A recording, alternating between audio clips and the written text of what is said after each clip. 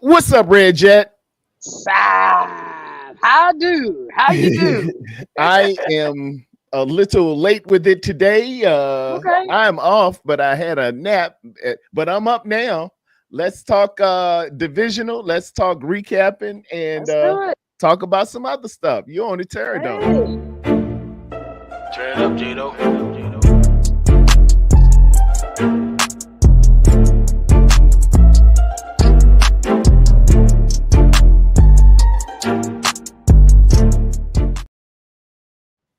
And what's up, everybody out there in YouTube land, a land far, far away? It is 1:01 p.m. I'm exactly an hour and 1 minute late, but I'm here. And Red Jet Shuttle is here as well. Wolfie, please join us.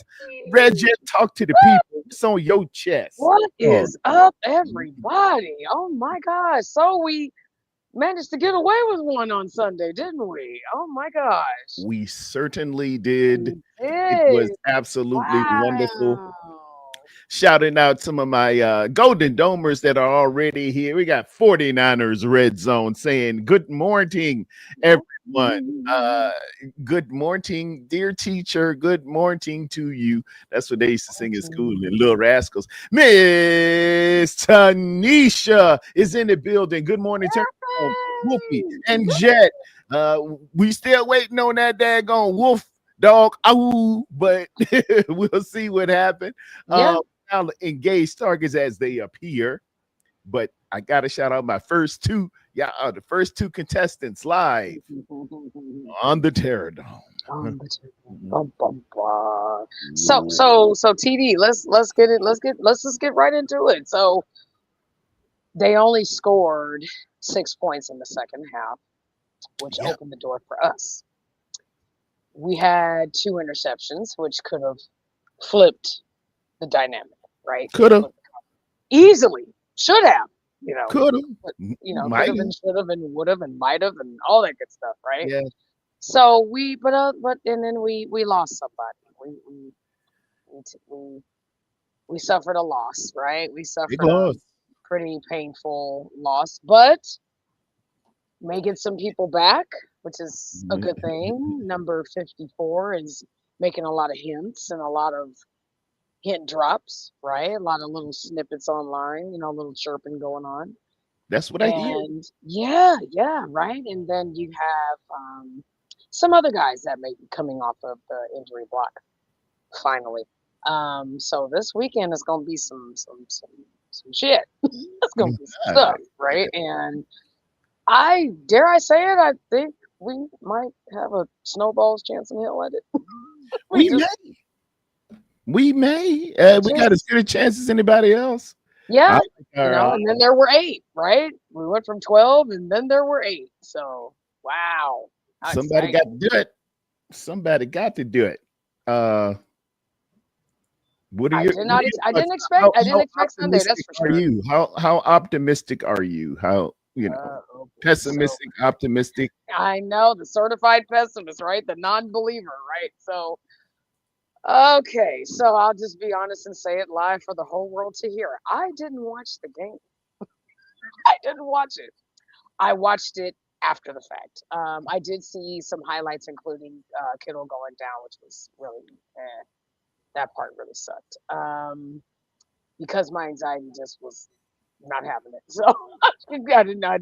I was pretty certain that the fluffy birds were going to fly away and take the win with them, and yeah, I was proven wrong, and I'm totally okay with that. And the game kind of went the way it was going. It was 13-10 going into halftime.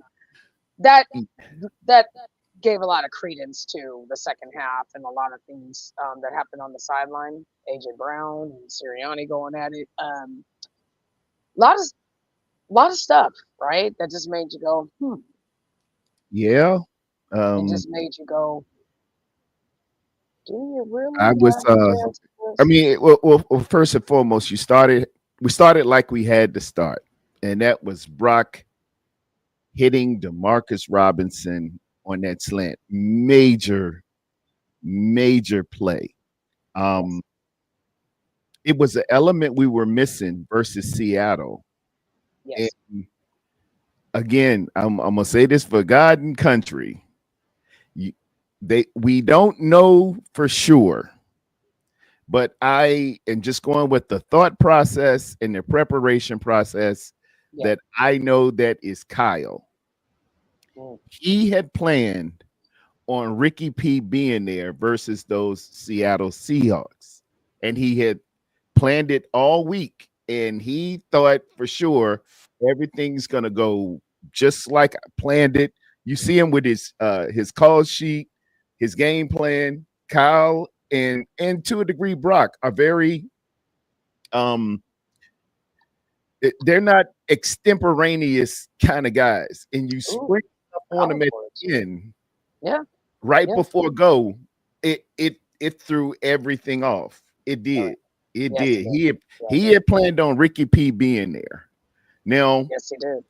what DeMarcus did was he was choir boy from the Five Heartbeats.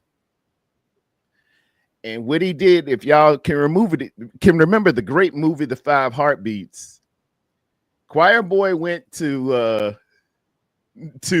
the manager just before Eddie King Jr. was messing up and missing shows. And choir Yeah. boy said, "Yeah, he ain't here tonight." Hmm. He said, "I see." He said, Hmm. "I can sing his part."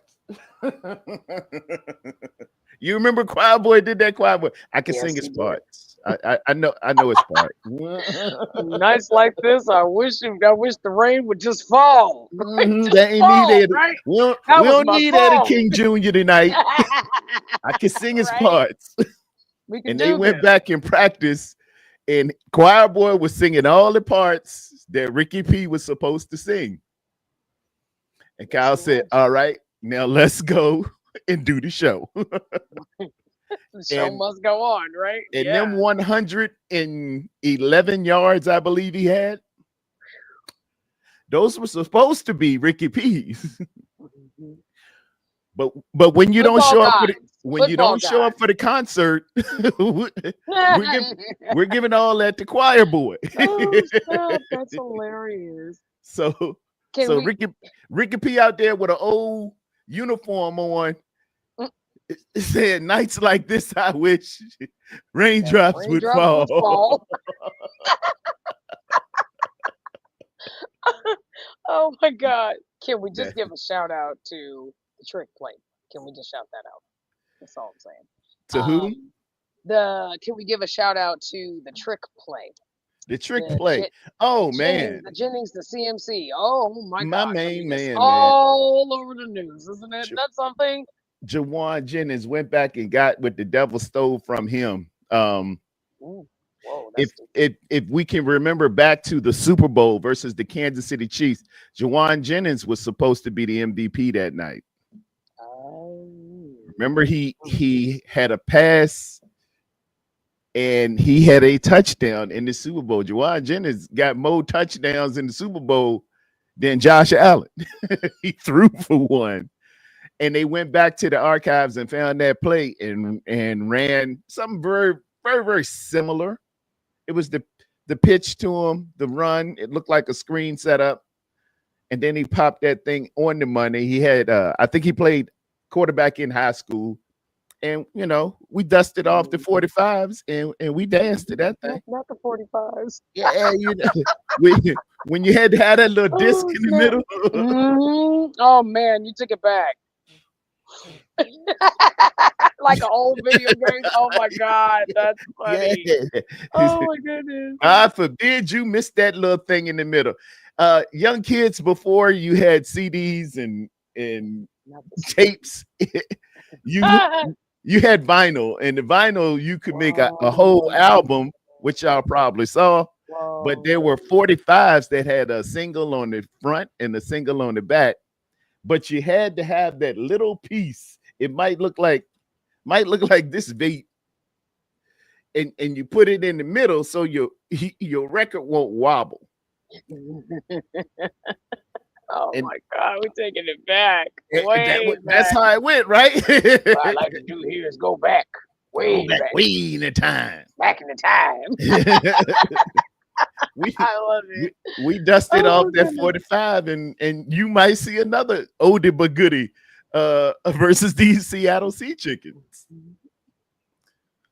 Sometimes those the best ones. People think it's new, but it ain't new. I just dusted that thing off and brought you something nice. Well, the things that stuck out to me when I went, it's kind of a good thing that I waited to to watch the entire thing to get an understanding. Obviously, things are all calmed down. Everybody's still on their hype, but as night gets later and later, you kind of calm down, right? And you Yeah. come down off of that, you can just kind of sit and watch. And that the beauty of DVRs, you can just hit the start button, you can fast forward the commercials. Life is beautiful. It saves you like 5 hours. It's You know what I'm like saying? And you can watching go, you coaching can film. flip through the commentary. You can just have your own, have your own birds. Literally the bird's eye view of what happened, why it happened, this, that, and the third. Talking about the two interceptions, right? So I see why, I see how, and I just go, yeah, you probably don't want to throw to a defender. You probably want to always know where your defenders are because going into Seattle, that ain't going to be a walk in the park. We all know that. Um, this, I'm not saying it's a one and done. I'm saying that it could be if you play the way you did Sunday. We got a hall pass because the Eagles, let's just keep it real, they blinked. And they blinked at all kinds at the wrong time. I mean, AJ Brown dropping good throws from Jalen Hurts, too. Not bad throws at all. They were very nice. Very good throw. Very, very, very accurate throws, right? They weren't these, off or overthrown, underthrown, things like that, thrown into the ground. You know what I'm saying? Like they were right to him, right to his bread box. So my thing is, if it hits your hands, you catch it, right? So we got away with quite a few. And then when I say blink, I mean that when you start having arguments with your coach on the sideline, yeah, that kind of starts to kill dreams. And I think that kind of started you're starting to unravel just a little bit. So take advantage. I think the same thing would apply going into Seattle. Um, like I said, when they're eight, we just happen to be one of the fabulous eight, the elite eight, right? If you're thinking about March Elite Eight. Madness, it was Sweet 16, or in our case, I guess the Awesome 12 down to the Elite Eight, and then the Final Four, right? And then I think and it's then your it finals. goes Sweet 16 to the Elite Eight Final Four Right. It's a championship. round of It's a round of 60, or was it a round of 32? Then the Sweet 16, Yeah, then the Elite Eight, then the Final Four. Okay, I yeah. got it. It it Okay, yeah. it whittles on the way down there. Yeah, that's what it do. A lot of close games this weekend too. A lot of It them. was. It Yeah. was. And let's recap some of them. Okay. I had my handy dandy sheet up on the picks that I had, but it started off with my boys, man. Unofficial. I live down here, so I've been following them at home. They do really, really good. And I had picked the Carolina Panthers to upset those LA Rams. And Almost got them too. yeah, for Almost about got 'em. it looked like it was gonna come to fruition until they left too much time on the clock for Matt the Cat. They I sure said, did. no, man, he got 3 timeouts and a 2-minute warning and about 70 yards to go. I was like, oh no, it's too much. You gave him too Too much much time. time. Yeah. Yeah. Way too much time. But they did a yeoman's job. They did pretty good, man. Very good. Good season. Good season. They earned the respect of the Rams. Yes, I they did. know you don't want, and they actually beat the Rams in the regular season there. That Yes, was they one of did. the reasons I knew, their capabilities there. And then we went kind of through to the predictable. Let me pull that up and see how it went down. I had something else pulled up, but we're gonna recap some scores and highlights. All righty. Let's do it. From the All right. playoffs that was, and feel free to holler at the chat. Mhm. Mm, Talking about in the Yeah, chat. feel I free. hope Garrett Wallow and Demarcus Robinson have another good game. Me too, Crazy Juice. Me too. That's crazy. Juice going at it. Scores from Wild Card Weekend. Because I don't want to miss nobody. And I was going to talk about the coaching vacancies as well. That's on my Yeah, agenda too. yeah, we got some stuff going on, don't we? Yes, we do. Cool. Yes, we Question do. question mark for you before you get into it. I know you touched on it about the coaching. How you feeling about John getting fired? Wow, They said it. shocking. They said it could happen. They said when they say they're going to have a meeting after work. Well, it was after Bloody Monday or Black Monday. Yeah, when they go sit down and the owner's going to sit down and figure some things out. That's the key, that somebody get ready to leave there.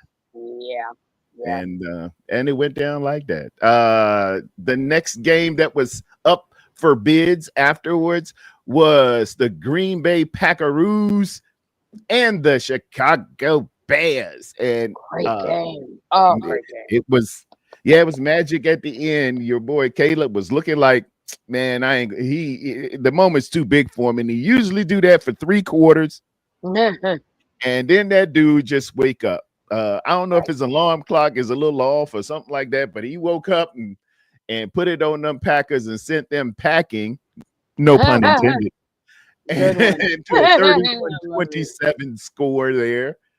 What was your thoughts on Caleb and the crew? You know, it was going back and forth, and Green Bay sort of kind of ran away with it a little bit. And then, like you said, he turned on this, the fire was just lit, and it was it from there. I like the bend but don't break. I like the don't give up. I like the fight through it. Yeah, I like the stay on it. We got this. We're in our house. We have a chance to host a divisional game in our building. We have a chance to potentially have a, championship in our building. It's there. The remaining teams would have to come to you, whomever it may be.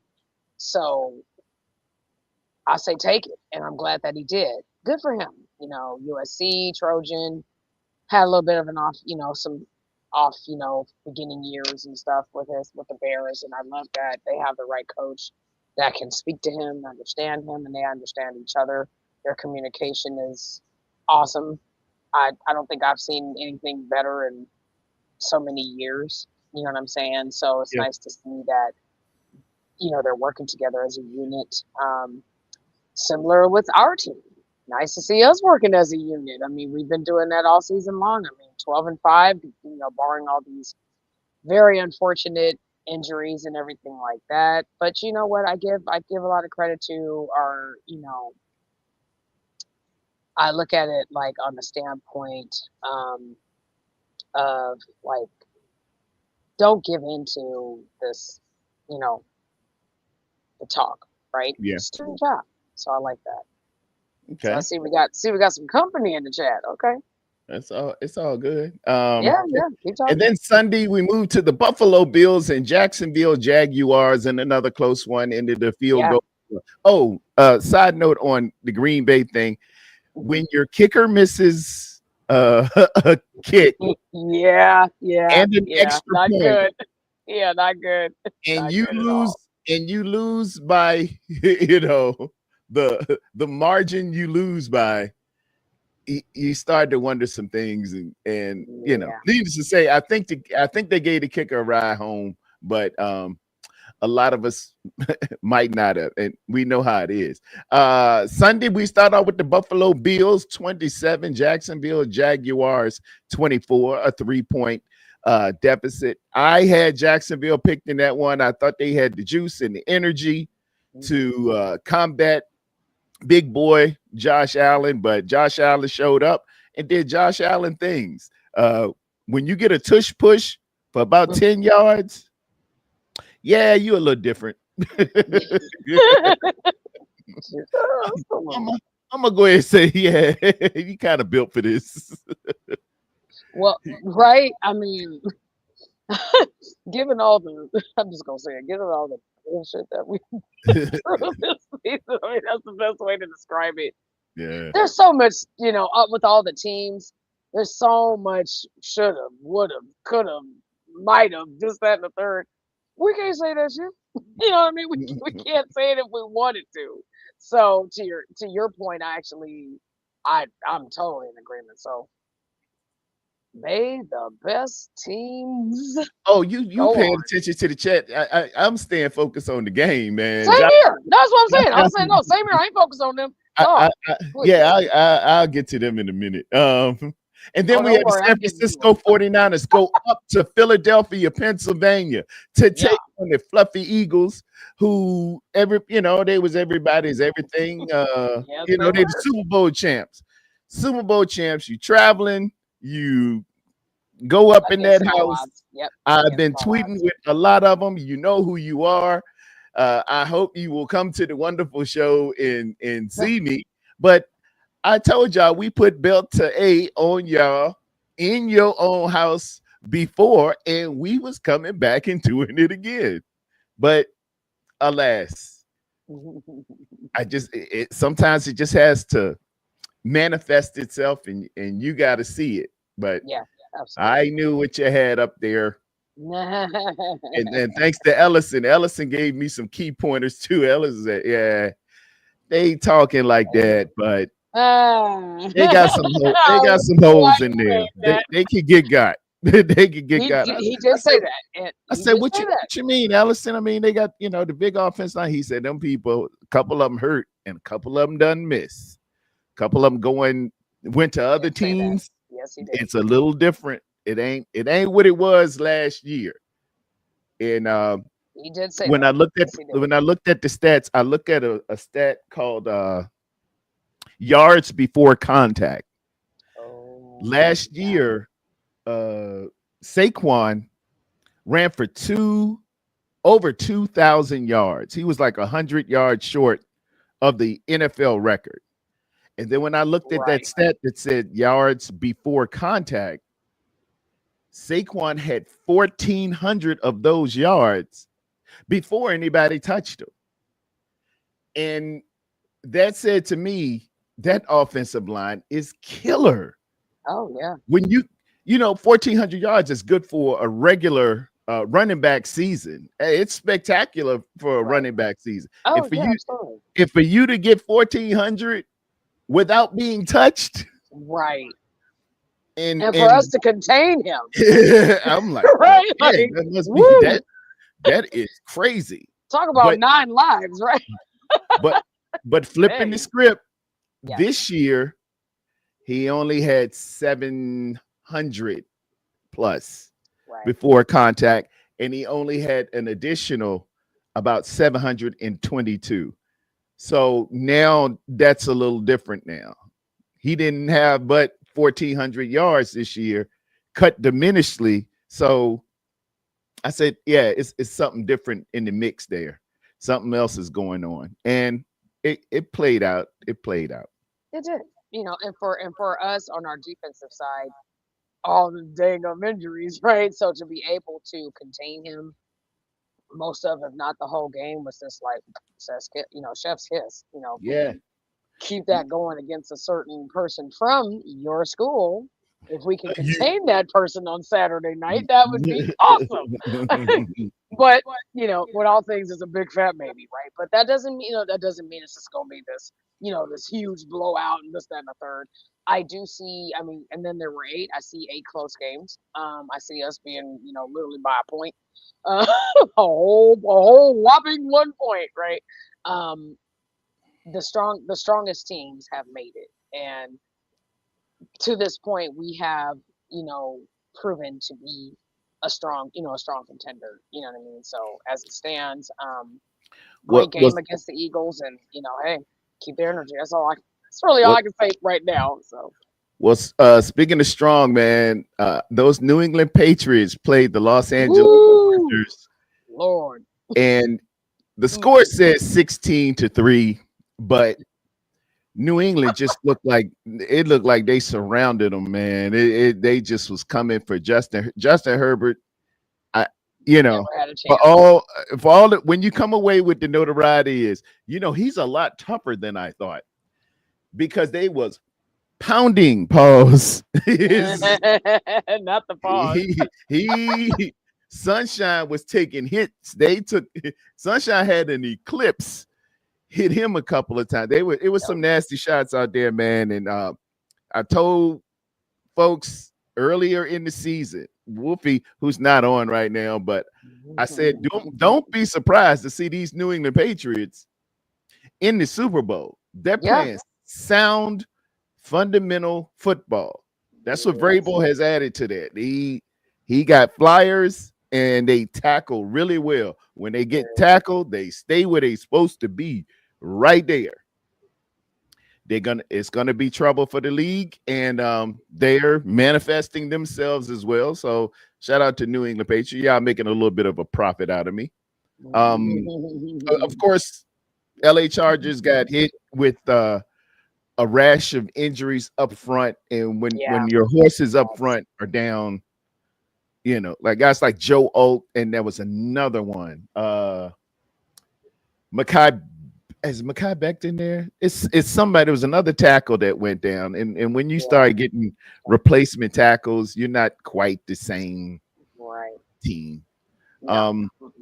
And of course, last night I was on live. The same team, right? Yeah, they the same. You got the same uniform on, but you ain't. Somebody done changed the mix to the McDonald's Big Mac. It ain't the same. Houston whoop Pittsburgh like they stole something. Woo! They made a bevy of intercept. I mean, they were making fumble. They're making mistakes all over the place. At one time, I was like, they don't deserve to win, man. You can't fumble that thing 3 times. In the fourth quarter alone? Yeah, you can't. You're not going to win that. But that defense is stifling.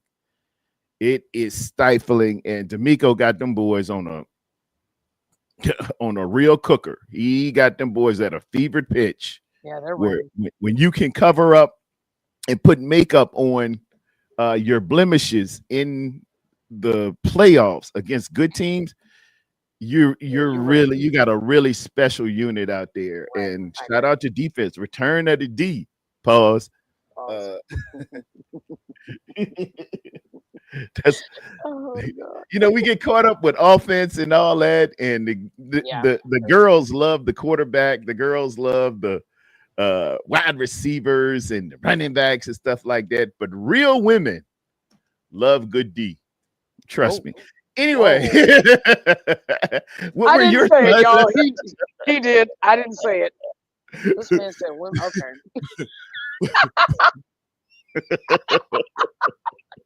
Can you not laugh? That's a little. I had a defensive coordinator tell me that in college. I was like, man, that is so awesome. I can't wait to use that. Oh my God.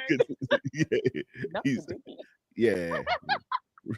Women, don't worry about the girls. They can get the girls, but women love good D. Y'all need to get out here and play.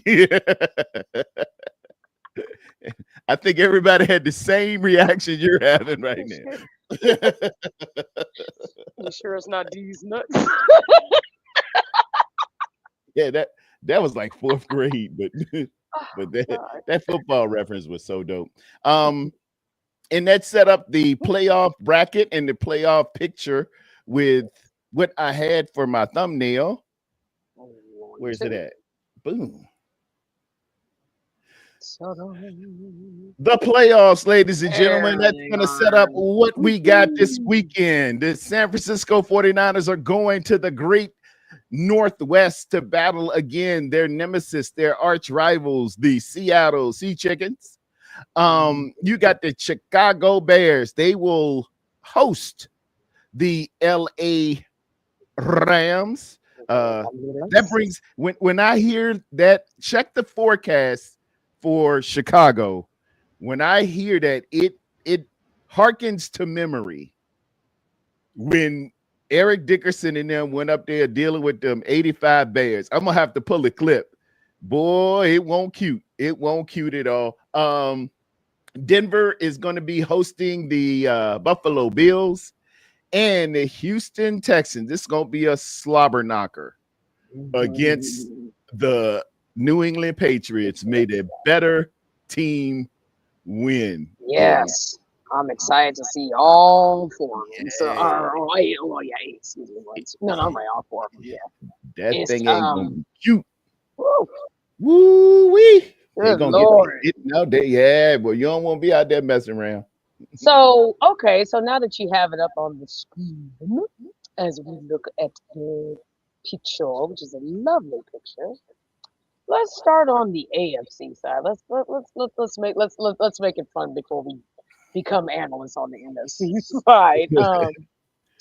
Of these four very good teams, which one stands out to you the most right now? Question mark. And y'all in the chat, join in.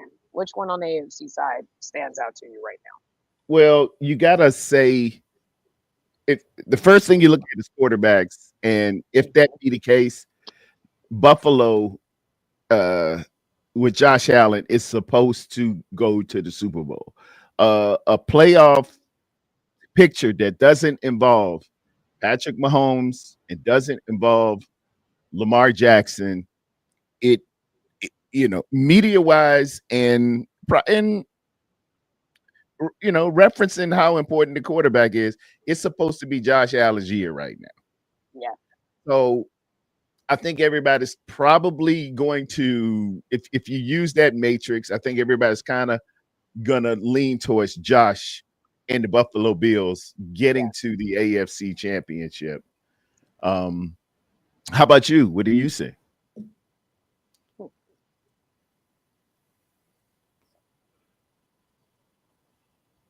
You there, Jack? I'm sorry, you were cutting me out. I'm sorry. Oh, I'm Say that sorry. again. I'm sorry. Go ahead. Media wise, I would say it's Josh Allen standing out. But what do you see when you see those four teams? Ooh. I see the Texans, TV. Not gonna lie, I see the Texans. They've been And strong. why do you say the Texans? D'Amico. One word. He has proven his strength all season long. I mean, no, they didn't finish atop the AFC South, but worthy opponents, worthy contenders. Got the whole bend don't break. And then we're just gonna pivot into breaking news. Wolfie is in the chat. He said he will be home in 15 minutes. So just want to break that. Copy that, Wolf Dog. We here for you, Wolfie. We're chilling. We're chilling, dude. I'm trying to walk the witness into something here. What about D'Amico's Ryan's team is special to you? CJ Stroud is just awesome to me. I don't know. He just has this keep going. Like the Panthers have their keep pounding thing going on. He has that going on. He has this keep going. But there's a line in a song where it says keep bouncing.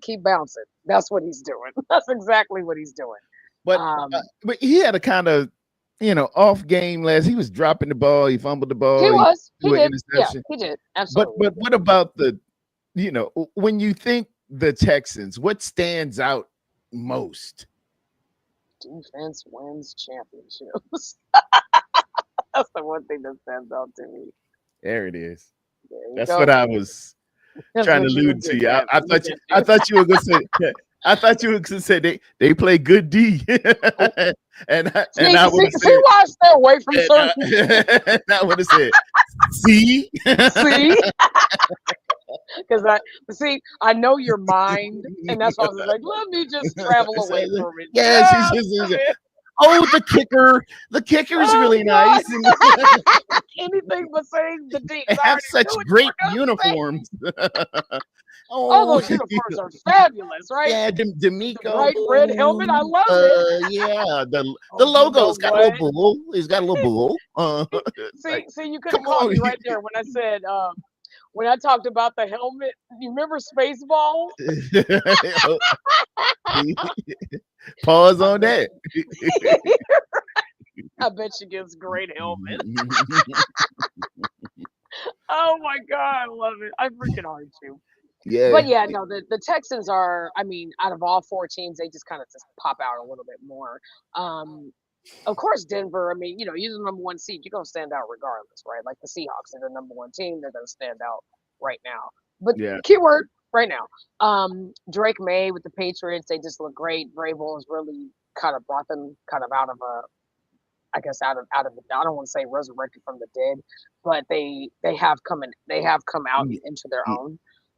Yeah. So They, shout out they Mike Vrabel. Shout him out for that. I mean he's doing a great yeah, job with they the were Philadelphia dormant. organization They right were now. dormant Very a dormant. Yeah, plant. They very. were, but he's in came first year infusing. He's probably gonna be coach of the year. I a lot of there's gonna be a lot of pushback. Kyle has done a yeoman's job. Um, yeah, and first year guy up in uh Chicago as well. That's Wolfie's dude there. What's his name? Ben Johnson. That he just crazy Oh about yeah. him. Yeah, he crazy about him. He crazy about him. But yeah, Stand yeah, on it. Vrabel done did something. Yeah, yeah. So okay, so now it's time to venture over to this other side where there are three NFC West teams that have managed to make it to this part of it all. Yeah, Which one stands out to you right now on the NFC side? Here we go. Here we go. just going pure quarterback. You got to go with the experience of Matt the Cat Stafford. He's going to give it a go. That's what the I think the majority of the country football fans are looking at if they just make it a total all about the quarterback thing. But Seattle's your top seed. The Bears are magical, but it's something about the San Francisco 49ers that we if you look at our linebacking core, none of these guys were on the team when we started. What was the first game? September 11th, somewhere around there. September Yeah. 7th, September 11th. September 8th, if I'm not mistaken. Yeah. These guys was Yes. I don't know where they were. Reg, I don't know and I don't care. It was so long ago, right? Just Yeah, well, let bygones be oh bygones, god, it's funny. but they are here now and they are playing like you supposed to play. Hey, just give me a couple of guys from the Y. Damn, not the why. Oh shit. Or we get guys who out there tailgating before the game. Say, hey man, what y'all doing? Hey, you over there. Yeah, you that was a good tackle. Come on. Hey, Come on. that was good. You big. Hey, come and give him Yeah, a you big. jersey. Yeah. You right there. Yeah, you. Yeah. Yeah. Come on. You in that Yeah, but- Transformers get up. Yeah, come on. Yeah. Trans- Well, you put on pair of shoulder pads. Oh my god. and, That's and funny. that's how it go down. We just use what we got. Yeah, absolutely. Yeah.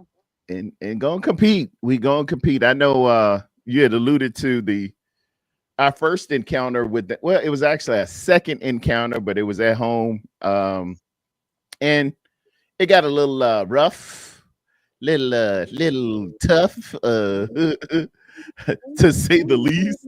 Yeah, you can say that. You can say that. But we was missing Trent Williams. Yes. And like I said, 60 minutes. No, I think it was 90 minutes before go. The surprise Gomer Powell moment was Ricky P ain't gonna be here tonight. Right. And you're like, for real? The infamous sob story again. So we going out here with my number one receiver who is tough as nails and can go, but he runs for a decent 4.7. That's our main guy. This is who we're gonna be looking for this whole game. We have no compliment on the side. Okay. Let's okay. Oh god, like okay, that's what it is. All right. That's what it is. This secondary that can cover everybody. Right. How bad are we gonna lose again? No. You just gonna go with Sky Mode. Damn, is it that bad? That's basically what you gave him Oh before the my game. God. I know, I know you right? ain't practiced with these guys. I know we had a whole game plan set up for Ricky P. Nights like this, I wish the Ranger, he was going to do a split and everything. He can't go tonight. And y'all go and face that defense, which is like going against the Apollo Theater. they're gonna they're Damn. gonna throw bottles at us. Oh. and We just but so the Sandman is not gonna just carry us off. Okay. oh I no, got no, no, you. no. Okay. All right. The Sandman came out there early. as, as soon as we My said bad. do do do do do do do like well damn. Well, damn. Okay then. That's how we're feeling today. All right. All right. Yeah, Let's go. it messes you up. He said wide Yeah, it receiver does. It one does. was the fourth or fifth string. Yeah, that can mess you up right at the beginning of the game, you know. but hey, I ain't taking nothing away from Seattle, man. They got good defense, really good defense. You see what I'm saying? The whole word. Yeah. And they came to play, man. They had a game plan, and even though we might have been a little haphazard in what we had at the Right. point, they were flying around and making great plays. Mike McDonald been doing that since you were there Christmas night against the Baltimore Ravens. Yeah, Mike McDonald he know the secrets. He's looked at it, and I'm sure Sam Darnold gave him whatever he didn't know. Sam Darnold probably said, "Hey, look, do you know when they go in motion, this side, they probably looking for Kittle." Oh, that's what it is. All right. and Okay. he's Oh, okay, no problem. He just sitting we're there. ready. Yeah, he just sitting there. Sam, tell me a little bit more about that offense. You see, it's so funny that you went to that. So we lost the last one 13-3. And then I think they had scored another 13 points in another game. My question, my million trillion 13, I guess $13 question would be, is that going to be enough for them to win on Saturday? You think 13 would be enough for them, or do we give them our very best with what we have with the parking lot guy and the dudes from the Y, the pickup game dudes? I you, mean, you're gonna you have tell to do me. I'm something. I'm curious. You're gonna have to get it done some kind of way. Uh, just get in here and make it happen, man. Um, yeah. I know we can muster. What do we have? Like 242 burgers or 240 burgers prior to that. Brock had 5 touchdowns the game before and threw for 5 the game before that. And for it just to go flat like that, I mean, Yeah. Seattle's great, but they not the 85 Bears or Whoa. you know, The bad news bears. Huh? Okay. no, hey, them 85 Bears held teams to 12 points a game. Yeah. They were like them 2000 Ravens. That's what I'm saying. Legendary, historic defenses. Although they were good, they're very, very good. They're number 1 in the league, I think, in points against with Houston second. Okay. Okay. They All they right. not, you know, they can't just take everything from you. But it looked bad. It did.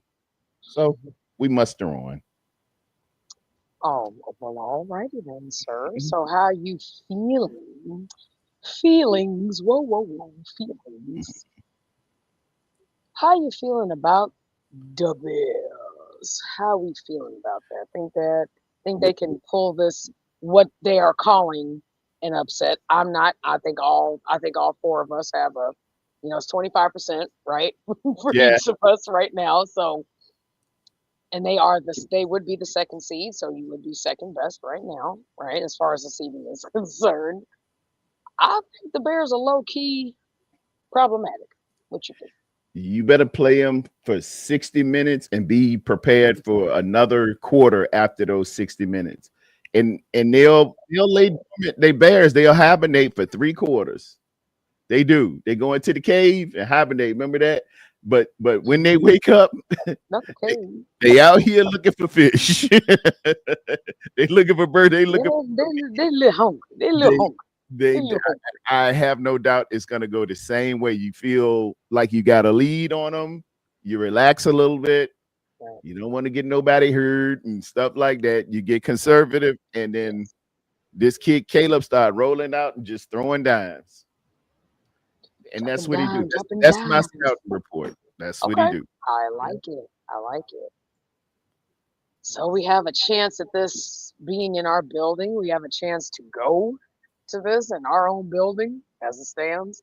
Yeah. And yes, we were very much humbled. Yeah, that's very, very true, Rick. Very true. Mhm. Um, Way to fight, way to make it through. I mean, I like you said, I mean, I do feel the same way you do about how the Eagles and the Niners game did play out. I do see it happening. A little vague, one's a little foggy, right? But hey, never know.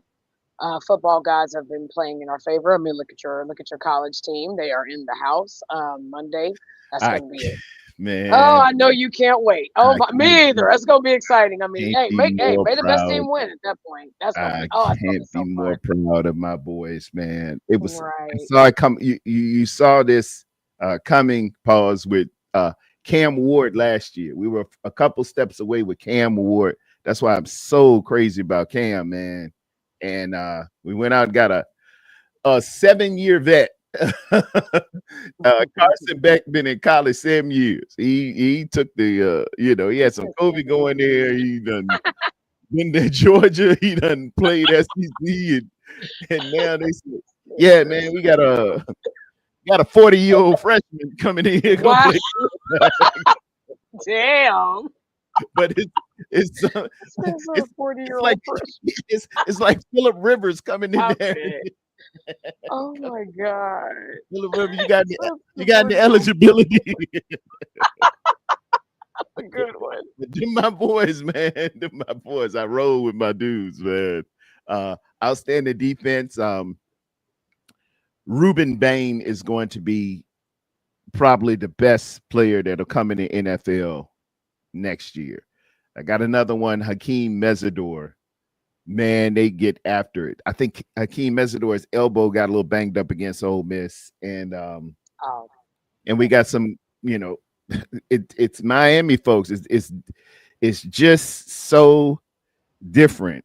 Just look at the sideline on the side when they are out there. The guys come back, the Michael Irvins, the Ray Lewises, the Joseph Adais, the oh who else wow. was out there on the There's a coin guy. toss? Wow. There's All those man. guys come back. Willis McGahee, you might see, and God knows how long. Clinton Portis, and there's a lineage and a tradition with Miami that I just love. They just got it, man. They got it, and I think we're gonna impart on there and just they have to visit us in the Orange Bowl, the Hard Rock Stadium. Indiana's had an incredible year. Mendoza's really, really wonderful. He's a Miami guy. He went to school in Miami. We passed him up. But Oh. Oh wow. Huh. Fun but fact. I mean, he grew up in Miami, I should say, Miami, Florida. He's Oh, from gotcha. the area. He went to Columbus High School, and when you're dealing with Miami, everybody at high school, Liberty City, Carroll City, Columbus, Northwestern Miami-Dade. But hey, we got to line up and see, we got to line up and do it, and Absolutely. Yeah. we're gonna be electric. I promise you that the energy level in that stadium. If you a true Hurricane, you would rather die on that field than let this Don't national you wish you championship. could be there? Don't you wish you could go? I do. That would be I fun. I've never could been to a CFP playoff a national championship, championship. and No, I've never gone. I'm gonna tell you That sounds why. so fun. I'm gonna tell you why. Those tickets start at $4,000. So I'm gonna go ahead and let y'all handle that. How about we work something out on a firm, Yeah, Klarna, do Apple you Pay? Do you need a do you need a water boy? Oh my God. Right? Do you You need need, concessions? yeah, dude, can is clergy Security. is clergy Security. included in the tip? Right?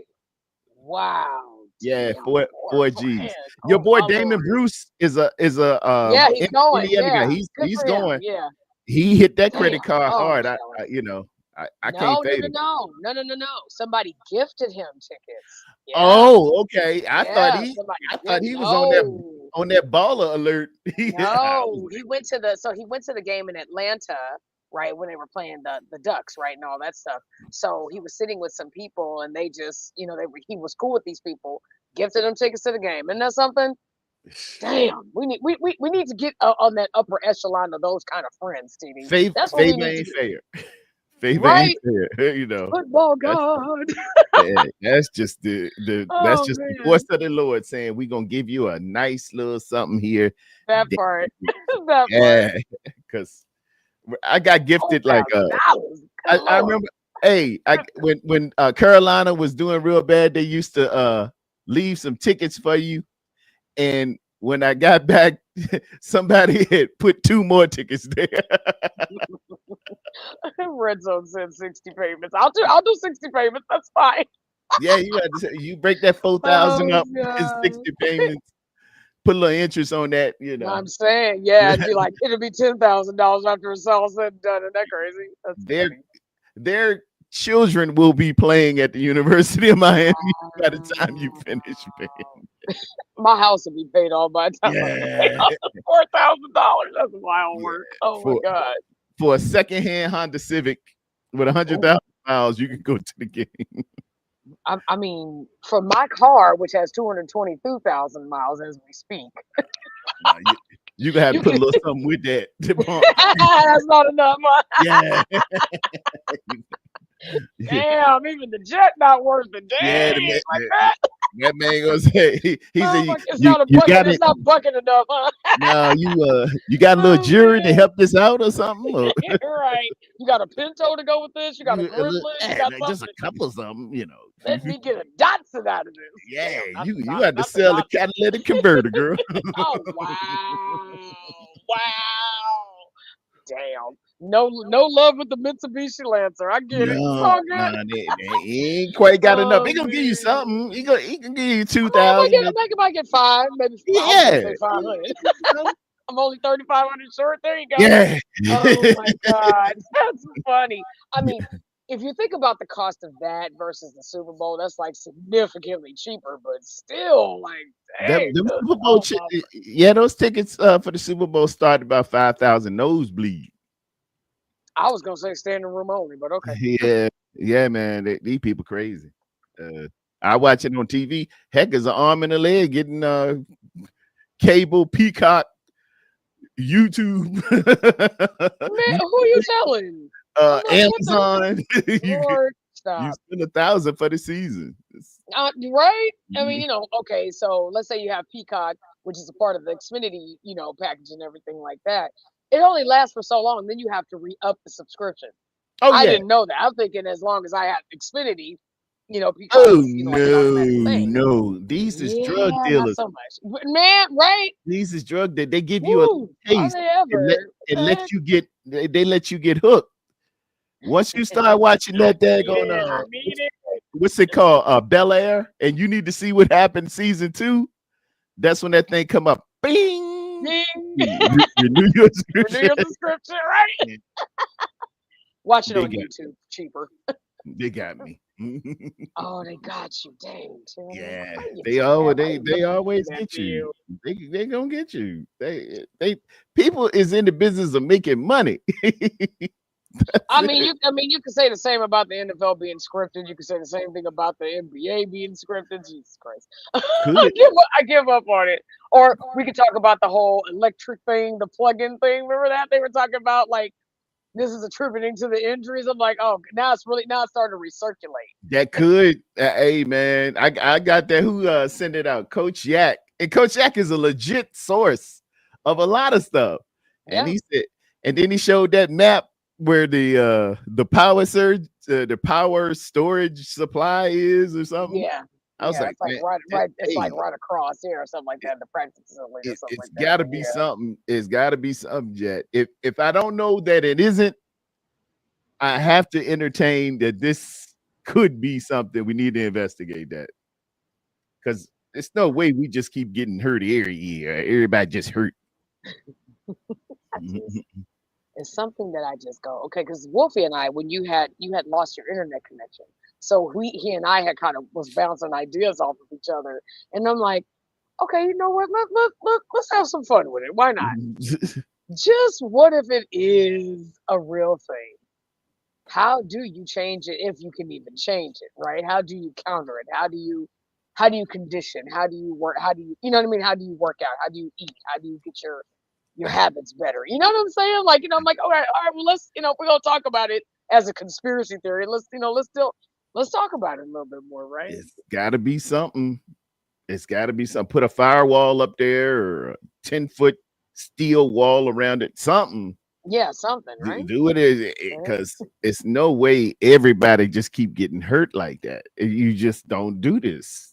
yeah, You know, for real, good, for real. good healthy athletes just popping. I'm sure they done looked at the diets. I'm sure they done looked at everything. And speaking of looking at, ladies and gentlemen, coming to the Uh-oh. stage, Uh-oh. Uh-oh. Uh-oh. conspiracy theorist There he Wolfie's in the is. building. What up, Wolf dog? Wolf has finally joined us.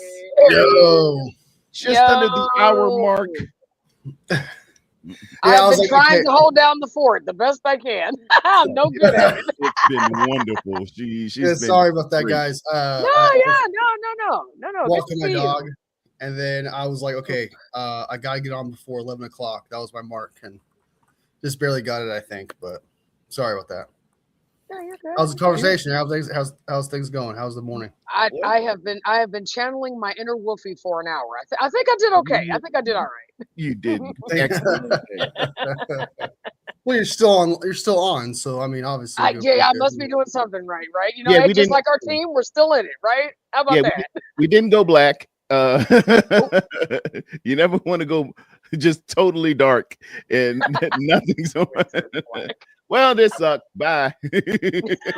Right? It wasn't totally awkward, right? Yeah, it was like, well, I guess we didn't get booed off like the Apollo. Yeah. You didn't do anything to get canceled, which is nice. Right, That's to good. get right that part to get Yeah. flagged, right? Yeah, No, they'll take Wolfie, you I off. had I asked Terradome on both sides, NFC, AFC, which team like stood out the most, and we talked about that a little bit.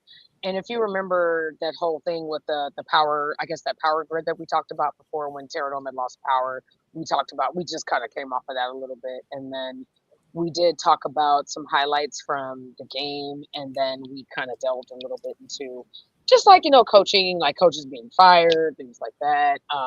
Who I was was actually your gonna, yeah. Who was your My team that you had for AFC? we That's haven't made the most. the predictions for this week. Okay. Is that what you was talking about? All right, well, No, she was talking about how we are. You guys Like who talked was about the which strongest teams one? stood out Like the- who's yeah, like, which one who stood stood out the out? most Yeah. to you? And I said which one in AFC and NFC? Which one did you guys say? from the AFC, you got to lean towards Josh Allen. That's what everybody's going to lean towards. But we both like the Houston Texans to be in that championship to battle it out. I think it's And then that's going on to be a the slobber NFC knocker there. side, That Mm. that Houston versus kind of New hard England, to talk that's going to be real. it's kind of hard to get into it. But That would be the ultimate test to see if this offense with Drake May Yeah. is actually real or not. That would definitely be the ultimate test. Like if Yeah. you don't believe in Drake May, you definitely believe in the Texans here. Yeah, Because the offense for the Texans, we've seen it, is not very good. So, and that defense for the Patriots is actually not bad. So, it's going to be an interesting game. It's really going to come down to this defense versus Drake May. So, Yeah, it's they're kind of gonna like battle it out. it's kind of same thing with Justin Herbert. Where it is like, can Justin Herbert carry this team over the Patriots? And that just couldn't happen. Can this defense now do that? We'll see. Shall see. and on the NFC side, shades of the LA. I'm looking for the forecast. because when I see LA play the Bears and they're going to play in Chicago, it brings to mind that when I was 80, when I was in 85, I was 15 years old. Man, that was a hard day for them Bears, man. Them 80, it was a hard day for those Rams. The Bears were just, man, they were scary in 85. I'm gonna be honest. You didn't want your team to even be near those 85 Bears, man. I I'm gonna check the forecast. While I check that, I I think the Bears are gonna edge out LA at the end. Maybe no, don't go with that. Don't go with that. was gonna say, is that your bias talking, or is that actual? Let Is me- that actually what you believe? Let me see, because that there going Caleb, It's got- man, he just on. He hibernates for 3 quarters and then he out there just man will Yeah, throw dude. 5 dimes in 1 quarter. He's never out of it. It's just crazy. True, But true. but Matt the Cat is going to the Hall of Fame, and you're gonna have to do everything to stop that guy, man. And he's got a healthy Devontae, and Puka Nacua is first team All Pro this year. Mhm. They got what you're looking for. If you slip one bit, you're gonna see that number 12 get that ball, and he gone. He gone. How do you feel about the Bears and Rams, Jet? Same. I feel like one team wants it just a little bit more. Could be our NFC West counterpart, but I do see a lot of bend don't break. Like I was telling TD before you came on, I think he's a strong candidate in Caleb. Talking about Caleb Williams, he does have Ramo Dunze. They have a strong core around him, and I think that they do play well as a unit. So I mean, especially now that they have this different coach. They've been communicating well. They don't have this Nick Sirianni, coach. AJ Brown thing going on. Am I breaking up? I'm sorry. No. I said great Oh, coach. No, you're Oh good. yeah, I was okay. agreeing with you. I thought I was breaking I up. was My agreeing bad. with you. Yeah, so I think that the Bears, like TD said, I kind of feel the same way. Slight edge over the Rams, but the Rams are healthy and they're clicking on cylinders. Inopportune, but at the right time as well. Just being honest. Mhm. With our team, we're kind of we're gelling, giving that this gel is starting to slowly fall apart, but we're finding a way to keep it together. Against the Seahawks, which also is healthy. There is a player from the U that I know TD is probably very fond of. I do see them giving they give their best every year against us, against all their NFC West counterparts. So I see another close tight game happening there as well. I'm checking it. Yes, in Chicago. Sunday, the high will be 19. The low will be 8. Oh God! I I did no not snow, leave huh? anything of it. It's No. 19 with a cool wind coming at 7 miles per hour. It doesn't say the direction, but I'm willing to bet it's off of that lake. So that 8 will feel like probably 6. Mhm. Just in case So like you know, three. I can work with 8, but girl, when it gets 6, I love it. I puts on a sweater. Oh my You know what I'm saying? God, right? That part. So I think that I agree with a lot of what you guys said here. I think this game, this Bears game, with it being cold, and Matthew Stafford has been known not to very very good in bad weather. He said it himself in an interview. I'll never forget it. The Bears have an opportunity here to take advantage of Matthew Stafford and stuff like that. So hopefully we can get that done. And then there's a little bias here too, of course. Like I'm a little biased. I'm not gonna lie. I want the Bears to win it. I need it. I want it. I love it. And I hope that the Bears absolutely dominate the Rams. But the thing about that kind of gives me hope about the whole the game itself, not just my bias, but like another reality is the Bears seem to be like they want it, right? Like they wanted it. They win that fourth quarter. They've proven that they can make plays when it matters most in the playoffs, which is huge. Right. I know that Matthew Stafford has that history. I know that Sean McVay have that history of that same thing. But the Rams don't feel like that. In that game, in that playoff game against the Panthers, they didn't feel dominant. They didn't feel like the team was meshing. They just felt off, while the Bears just feel like they have a lot of momentum. So there is just there's that aspect that maybe the Bears could take advantage of and actually beat this team. And I think they're very much capable of doing that. So I got the Bears beating the Rams too. Hopefully by double digits. That's my wish. That's my wish. I'm looking for that Singletary hit on Eric Dickerson back in 85. I think that boy. That I'm telling you, these boys want to be played with. Do you guys have the? So I take it you guys have Houston beating the Patriots. I kind of am leaning more towards the Patriots for the dub for that. So just because, I mean, they just, against the Chargers, I know it's the Chargers, but still, you could be 7th seed and knock off the 2nd seed, So we had a taste of that last year where the 1st seed was knocked off by the Commanders, and I think the Commanders were 6th place last year. So. Yeah. It just kind of goes to show like what, who wants it more or less or whatever the case may be. We all know the Commanders would later be eliminated.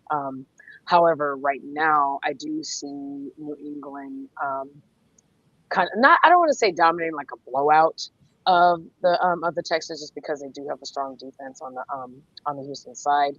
I do see Drake May just playing just a smidge better than CJ Stroud, so that's kind of why I'm leaning more towards New England myself for the win.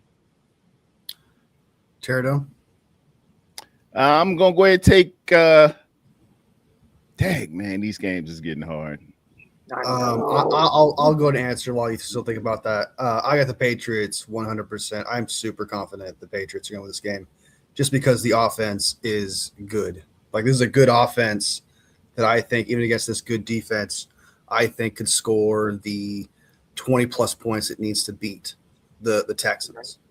They also got a good defense against this offense. So I think there's more of an all-around package team than the Texans are. And I would love to be wrong, and I would love for the Texans to upset the Patriots here and for them to go to their very first AFC championship game. That would be awesome, especially DeMeco Ryans. I'd love to see it, but I just don't – if I was a betting man – looking at the reality of things, I agree with Red Jet. It's got to be the Patriots. You just got to. Yeah, they're a better team, top to bottom. Very consistent name playing around. Very disciplined. Mike Vrabel does not play around. No, not Yeah. at all. Yeah, and Drake May's having a good year, and he's earned that good year. He's playing ball, man. Yeah, He's good. He's good. He's coming after it. Okay. Trying to show this daggone. that Bills versus Broncos game is going to be that's defining right there. That's going to Yeah, be. I A defining agree. game. That's going to be a great game. I wish it was. I wish it was with us, but they're having. I wish it was on our. Is that game on Saturday as well? I think it is. Right? Or Sunday. Let me check. Actually, let me check. No, not that tab. Damn it, bastards. All right. If the Bills win this game against the Broncos, I think they go to the Super Bowl. They are playing. They are playing that day. They're playing the same day as us. 1:30 on CBS. Yeah. They're playing on Saturday. Yep, Saturday 1:30. So it's 4:30 for you, TD, and Okay. then we're the nightcap. 5:00 for Wolfie and myself. 8:00 for you. So on Fox. If it's cold, that weather could play a factor too in Denver, Colorado, where it's a mile high. If y'all have ever noticed that when the Denver Nuggets are playing, Cam, he didn't realize this. Cameron, They have a number on those Denver Nuggets jerseys. It says like 5123. That is the number of how high in elevation Mile High is. It is 5,100 uh, feet above sea level. So, athletes go there to train, and it hits you when you get to Denver, Colorado. I have not done it myself, but everybody to a man, every athlete that go up there, man, you might get nosebleeds, but your lung capacity will start diminishing. It's like somebody's gonna stand on your chest for a little while you run, and they're gonna use that to their advantage. They've been doing it for a number of years. This is my. I got like I said, if the Broncos win this game, man, if the Bills win this game, I got them beating whoever they face with the Texans, because that means Josh Allen can beat a top end defense. That's what the Broncos are. The Texans are kind of the same thing. They're kind of the same suit. They're kind of the same spade almost. Where I don't really trust Bo Nix in the offense. Same thing. I don't trust C.J. Stroud in the offense, but their defense is elite. It's the same thing. Hold on. Here's that hit on with Eric Dickerson when they last time those Rams. Get ready to see this quite a bit. I know they're going to reference this during the game and run up on the game, man. But it was a cold day in '85, and Eric Dickerson was one of the premier rushers in the league. He has the title as for the most yards in a season. And look at these 85 Bears, man. That's Otis Wilson out there, the refrigerator up there, Mike Singletary, Dan Hampton, Wilbur Marshall. These MFers won't play it. Look at it. Wham! Oh. And then they would bowled you over, man. They had a big sign that said, "Take no prisoners." And they were serious about that. Jay Burson, Gary Fensick. I still remember that team, man. They played defense. Defense. They were damn good, man. That was a damn good team. Yeah, really good team. Yeah. Well, and then there were 8. Yeah, this is crazy. Who will be eliminated this weekend? I got the Bills. I got the Bills over the Broncos. I think the Bills are end up going to the Super Bowl. I can agree with that. I think the Bills are gonna beat the Patriots and go to the Super Bowl. Oh wow! Well, I'll just keep it to division. I'll keep it to from divisional to championship and just say, Bills and Patriots. Move on. Could be wrong. I will say I got on the other side. I'm gonna roll with them. They are my cardiac kids, and we're gonna give it everything we got. The San Francisco 49ers. Somehow, some way. Brock has not lost in what's that Quest Field up there? The Link. Yeah, the Link. No, it's the Link now. Oh, I thought that was the Link. No, that's not the Link. The Link was Eagles. Yeah. It used to be Quest. It was Quest. It's oh god. It's something else now. Whatever that stadium is, it's in Seattle. My boy just lost there. He's 4-0. Cardiac kids. We just gonna make it happen with some guys that we met at the Y and a couple guys in the parking lot, and formulate a game plan, make it happen. Now, what I want to happen, this is what I want to happen. I want the Texans to go to the AFC Championship. Lumenfield. And I want the Bills to go. So that way, either one goes to the Super Bowl. If one of them wins it, they get their very first Super Bowl. And it feels a lot more, rewarding. And, it doesn't hurt as bad knowing like the Patriots got their 7th Super Bowl, or the Broncos got another Super Bowl, or if the Rams got another Super Bowl, heaven forbid. So it's just kind of like, there's very specific teams I want to just move on. Like the Bears, I wouldn't mind if they moved on if the 49ers can't win the Super Bowl. So the 3 teams I got right now that, if not 49ers, is Bears, Texans, and Bills. One of them's got to win if the 49ers can't. I just need that to happen. Yeah. Just need that to Terradome, do you have your breaking news, Zach? see here. Always happen on the Is Reddit. there breaking You news? got some breaking Yeah. news? We have breaking news. Fred,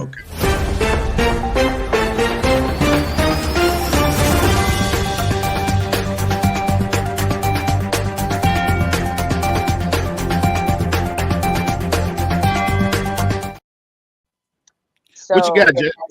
it has been reported in the chat by Don't Bother Me that Mike Tomlin of the Pittsburgh Steelers has stepped down. Whoa. oh, Yeah.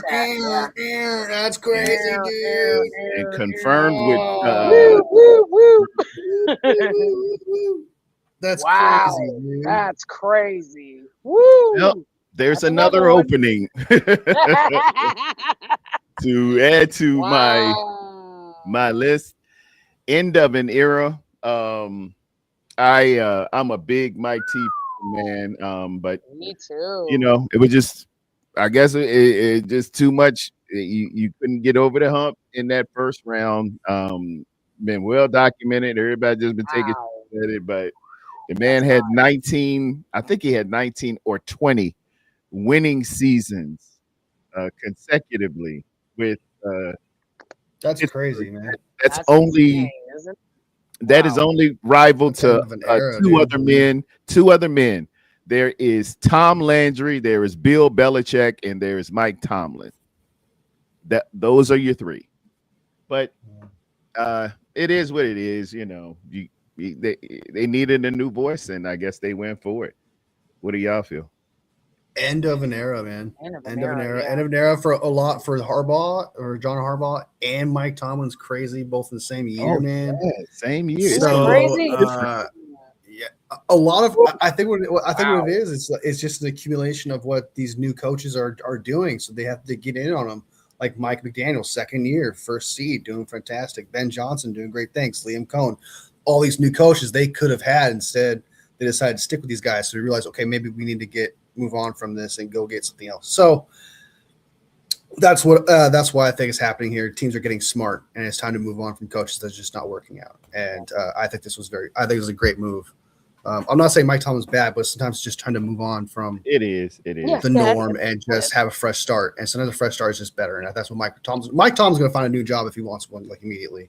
And I do agree that this job, this Pittsburgh Steelers job, is going to be very coveted because as a coach, from what I've gathered, you get taken care of very well. So, and I think a lot of coaches would love that kind of security. Yeah. So that's why I think of it. Shocking. Wow. So shout out Don't Bother Me for the Tomlin to Baltimore would be crazy, dude. That would be insanity. Oh my lord. That would be so cool, dude. That would be so cool. Yeah. What if both of them swapped? You're Harbaugh. right. Oh my god, that would be insanity. Oh my That would god. be dope. He's still in there. Oh my The streak god. continues. Tomlin to Baltimore and Harbaugh to Pittsburgh. We're born to Pittsburgh. And it wow. fits. It fits. Let bygones be bygones. Everybody be a professional. And go. Damn. That is mind blowing. Tomlin is going to TV, if anything. Oh yeah. To be clear, that's not happening. That is absolutely not happening in a million years. They're totally not going. No, that wouldn't happen. I would genuinely. That'd be like the biggest shocker in NFL history if that happened. To be honest, it's a shocking kind of world we live in. True. I see a Val in there. I know Sad Kittle's. She's like a really big Kittle fan, and so she just lost. Since Kittle just that's tore his Achilles. everybody, man. I don't know who taking it worse, her or East Coast Red and Gold. Jess, man, Jess. That is her man. It hurt like hell. Oh god. Speaking of How which, y'all feel about that? I was just about to say, like, it's super sad that like he went out like this, and it's kind of like every time we get a W, someone has to get hurt. Like Bethune in Seattle, now he's gone, and now we just lose. We get this W, and we lose Kittle. It's like every single W has come with a sacrifice. It's so freaky. It's sad. But I love Kittle, man. I'm so happy the owner went down there, got him a bottle of tequila. Apparently he drank all of it. which is crazy. I'm sure I don't blame him. He's 31 years old, about to be 32, and he just tore his Achilles, so he's most likely not going to be here next year. Like at best, he'll be here during the playoffs next year. So that means tight end, like a number one tight end, has immediately become number one priority now. So we don't have one anymore. We have Jake Tunges, who I like, but I don't know if he's number one material. He's just that backup receiving tight end that I think is really good at that. We need to get a number one do-it-all tight end for sure. It's definitely a top 3 need without a doubt. Like, if not number one, to be honest. So that's what I think of it. But I hope Kittle gets better and can come back during the playoffs, because that's the reality of it. They could use another brother in Pittsburgh. Christian say, Terradome, you should coach Steelers. They could use another brother in Pittsburgh. Yeah, man. Hey, Pittsburgh been good to me. As Sammy Sosa would say. Very good to me. Brady is there now. Possibly Brady is there now. I might be catching the tail end of stuff. That was one of our topics. We were going to discuss one of the best jobs. What were the best jobs to get? Wolfie. I have put together a fine matrix, as you know I do. It is rated on the Terradome scale. And as fate would have it, I guess we need to talk about it here. What I did was break down the give 1 to 10 numbers on the organization, the general manager, how good players are, and draft capital, and moved it out to the totaled it up and moved it out with 30 being the best job. And closest to 30 would be the best. For me, it came up Baltimore is probably your best job to get, with Atlanta being second. The New York Giants wouldn't be a bad spot to get as well. They have a quarterback in place. The organization is top notch. Believe it or not, Cleveland slides in there on this matrix. You got some stuff to play with, a lot of draft capital. They didn't sell the farm away, with Tennessee next and Las Vegas after that. And bringing up the rears is the Arizona Cardinals and the Miami Dolphins. I didn't have Pittsburgh on that, because you have the Dolphins as the worst. It looks like the Dolphins will be the worst one to get. Damn. They got internal problems. They done sold all the ball players away. You don't know what you're gonna do with Tua's contract. But no taxes though. I mean, it's nice to have a job there, but this was from a standpoint of organization, the GM in place, the players in place, draft capital burn. This was my thing. I thought it was in terms of like, what would I do as a head coach? What would be my list of priority? That's what I was looking at. Okay, well, as a personal, I just gave what would you prefer? That's how I looked at it. But because I think it matters based on offensive coordinator and defensive coordinator. Well, you got to have your own offensive and defensive coordinator to come with you if you're going to be a head coach. Well, I mean, like, for example, Kyle Shanahan doesn't really actually have an offensive coordinator, but he's an offensive mind. So he would want to go to somewhere where he could, he has a quarterback that he needs to develop or, be a guru to, right? Like he wants that combo, that Patrick Mahomes, Andy Reid kind of type combo. Or John Harbaugh is more of a defensive coordinator. So it's like, okay, well, how's my defense looking? So it's kind of, I'm looking at it in depth, like, okay, but if I'm a head coach, I'm looking at, okay, well then I'm more of an offensive coordinator. Then this is how I look at it. If I were to be a head coach. Okay. So how would you, what's the best to worst to you as a landing spot? Or are you saying who's the best candidate? Because that's a different kind of. I would genuinely, dude. I like your top option, Baltimore. I got Lamar Jackson, right? I got Derrick Henry. Yeah, I mean he's probably going down in age, but I still got my number one picks. I believe they still do. You got a young defensive line, Mike Green out there, so I got to fly. So going around, that's distracting me. But yeah, I think you got a promising team, right? And like I said, same thing with Steelers. That organization takes care of their coaches, right? They have a great media Steeler organization. team. They would get a 10 if I could add them to this. The organization, the Steelers, Yeah, 10, and then Steelers, would obviously be my number 2 after that.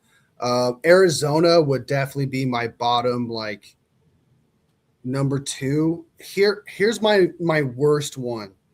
And this might be a hot take, I don't know, but it's Cleveland, okay? And the reason why that is because I have to deal with it's the dysfunction of it. This organization does not take care of its players, of the coaches. It's got a poor history. You have to deal with the Deshaun Watson shit constantly, and also, if I wanted to coach the Cleveland Browns, I'm going to go into it knowing that Shedeur Sanders is my quarterback. So I have to believe in Shedeur Sanders for me to be like, okay, this is a real option because he's going to be my starter next year. The fans want it.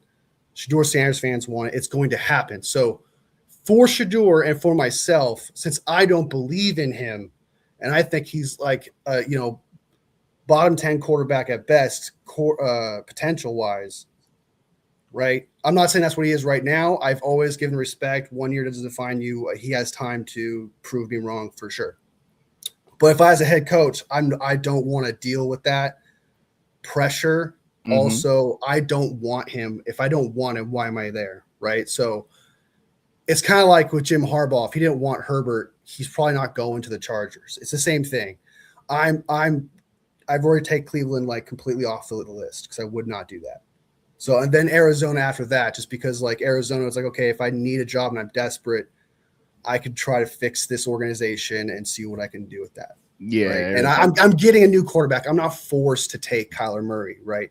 I'm probably have the freedom to go out and try to find my quarterback. So that's probably my list. And then like the rest is kind of shit. Like Vegas, I like Vegas too a lot because you can go out and possibly draft Mendoza, who I'm actually big on. I'm a big fan of him. He throws a pretty ball, and I think he's got the it factor. I like Mendoza a lot. So Vegas getting Mendoza, that'd be nice. Well, it's not a bad choice. It's not a bad place either. You're not wrong about Miami, by the way. But like as a coach, though, if you're going to offer me $20 million, I don't have to pay taxes. Holy shit! I mean. You're probably gonna pull me in a little bit. I'm probably like, okay, I'm fine. Okay, I'll speaking my language with no taxes, right? Yeah. I'm like, all right, I'm not, I'll deal with the two of shit. Okay. All money ain't good money. True that. You got a headache on your hands with dealing with Tariq. It feels like no taxes means more profit. Tariq and the Tua situation and. Just I don't know if the GM's still there or not. They might have fired the GM. That's why it took it down a notch. It hasn't been good at all. And then you got how many players they had a fire sale. They gave away all the good players, and the ones that didn't are hurt or got benched. So I think their draft capital is it's probably better than a 3. Because they traded away my man from the U, Phillips. They might have got something back for him, and they got a third. And they got 11 picks, 8 or 9 picks. So that maybe you can help out that way, but it just Miami's such a problem because you got injury prone players. Like that entire roster's got injury prone players all over it. Like everyone just constantly gets hurt over there. Waddle's injury prone, Achane is injury prone, you got Tua is injury prone. who just needs to retire because I'm so scared he's going to die on that Yeah. field at some point. And the offensive line gets hurt. Everyone gets hurt. They have problems over there too. Like the 49ers have injuries, but people don't talk about it enough. Like the Miami Dolphins have an injury bug to themselves. It's pretty bad. Yeah, don't bother me. Said, boy, when Mendoza get behind that offensive line that the Raiders get, woo, he gonna have some lumps, but he, talent to get you a little bit of ways. But they need some horses in the front of you. They need to invest heavily. If you're gonna bring a quarterback in, invest heavily on his blind side in the middle. Have something there for the kid, man. Don't because you can get the kid killed. You can ruin a good quarterback, man. Or if you remember, they drafted like 2 offensive linemen, right? Like in the late 3rd round that the 49ers were possibly looking into, if I believe. They have a couple guys that are developing on the offensive line. And I do agree. If you're going to draft Mendoza, still go out there and try to get yourself because Miller's not bad. Like he's a good tackle, but like the rest of the line's bad. So if they can go out and get a good right tackle and fix that rest of that line, I think I totally agree. That's the main priority for Vegas. And as for the coach, man, I'm afraid it's gonna be something stupid. Like you probably don't think this is stupid, but I'm afraid it's gonna be like Bill Belichick or something. Tom Brady, like something silly like that. I would not like that. You gonna get a splash head coach? You mean it's gonna be somebody recognizable and okay, someone you're aware of. So it might be someone like Kevin Stefanski or something. They're going to get someone who's proven. They're not going to try and get somebody new or anything like that. They're going to get someone that Tom Brady admires and respects as a head coach already. Because there's so many available, right? You got Mike Tomlin, you got John Harbaugh, you got Kevin Stefanski. You have options on that list, and I think one of them is going to be to Vegas. I think one of them's going to go. John Gruden calls it the fired football coaches of America, the FFA. you got a whole bunch in the pool out there. We're sitting around just waiting for jobs. It's millions of dollars that's just floating out there because they're being paid. Because even if you're fired as head coach, you still get the millions of dollars regardless. Yeah. You signed a contract. $200 million right now is floating out there that's free to these coaches now. So that's just kind of crazy to me, where it's just like nonchalant, you're fired, but here's millions of dollars for the next 10 years. Yeah. It's crazy. You don't have to come into work, nothing like that. You just go ahead and get your check and stay at home. They're paying you to go away in essence. Yeah. So I think the greatest hustle, honestly, would probably be a great college head coach, right? Get that NFL coaching job that pays you $100 million for 10 years or whatever, some shit like that, right? Yeah. Play like shit. Just be a terrible head coach. And then just get that $100 million guaranteed. Do not do work and just be lazy at that point. That would be like the greatest hustle ever because they got to pay you. They got to pay you regardless. $100 million. I get it no matter what, I get to go and do whatever the hell I want now. Yeah, they had a guy named Jeff Fisher who did a little bit of that as well as something like that. Yeah, and Chip Kelly should have just came with a handkerchief and a pistol. He robbed us for a bit, about 3 or 4 years. Chip Kelly was getting money, man. Yeah, they know daggone well it won't gonna work. They went out there, signed a 4-year deal, got fired after the first year. Stuff like that. Chip Kelly tried running that stupid offense, dude. Like that hurry up offense that just was not it. You had older players and shit, Yeah, Joe Staley's like 30 years old and you're having him like run a marathon. Get in shape. Yeah, it was so dumb. It was so dumb. And then you exhaust the defense because you did a hurry up offense, 3 and out. 3 and outs, and you back out there. Run up some plays. Keep going. Yeah. Time management was not a part of the pillar of the Machine Gun Kelly offense. He had some innovative plays in there. He had some. He had some. He had some. Glow. I agree. Some wrinkles, but yeah. I would say that Kelly was trash. You see. If I'm one of these teams, genuinely, the first thing I'm doing is I'm hiring Mike McDaniel as an offensive coordinator, and then getting Robert Saleh as a head coach. Those are the two things that's a major priority. Because if I have that defense and then that kind of offensive coordinator where he just needs to be an offensive coordinator, holy shit, that would be insane, right? Like in Baltimore, that Yeah, would be insane, yeah. right? I think that kind of combo would be crazy. Or if you can get that with the Eagles, if the Eagles can get Mike McDaniel, bro, that team will probably win a Super Bowl because I think Mike McDaniel will be 10 times better than Kellen Moore, would be the best offensive coordinator for Jalen Hurts and that offense. That would be so scary, dude.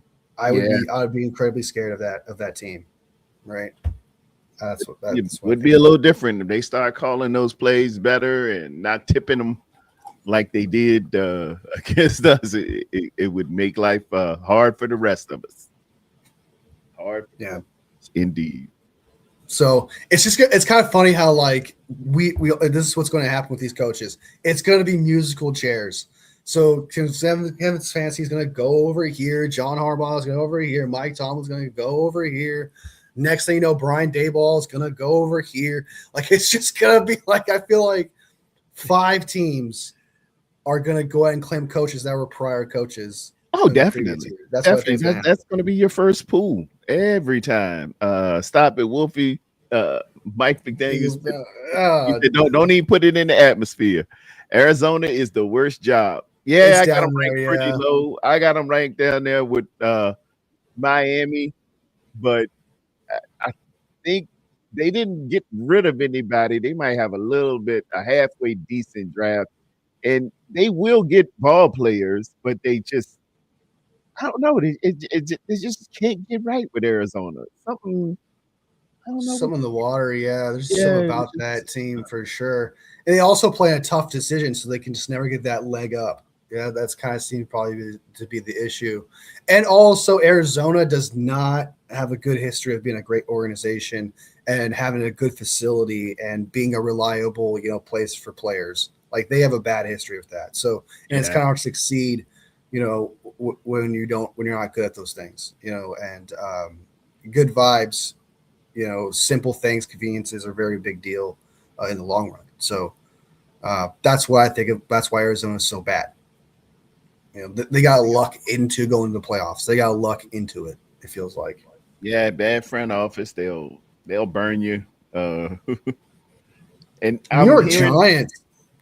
Go ahead, Go bro. ahead. Go ahead. Go ahead. New York Giants is. Can I handle the pressure of the media? Because like the 49ers media, that can be bad. Grant Cohn, issues and stuff like that. You got that also with the Giants. Like I'm not dumb. I know the 49ers, it's not just 49ers, like we're special. Like we got all like douchebags over here.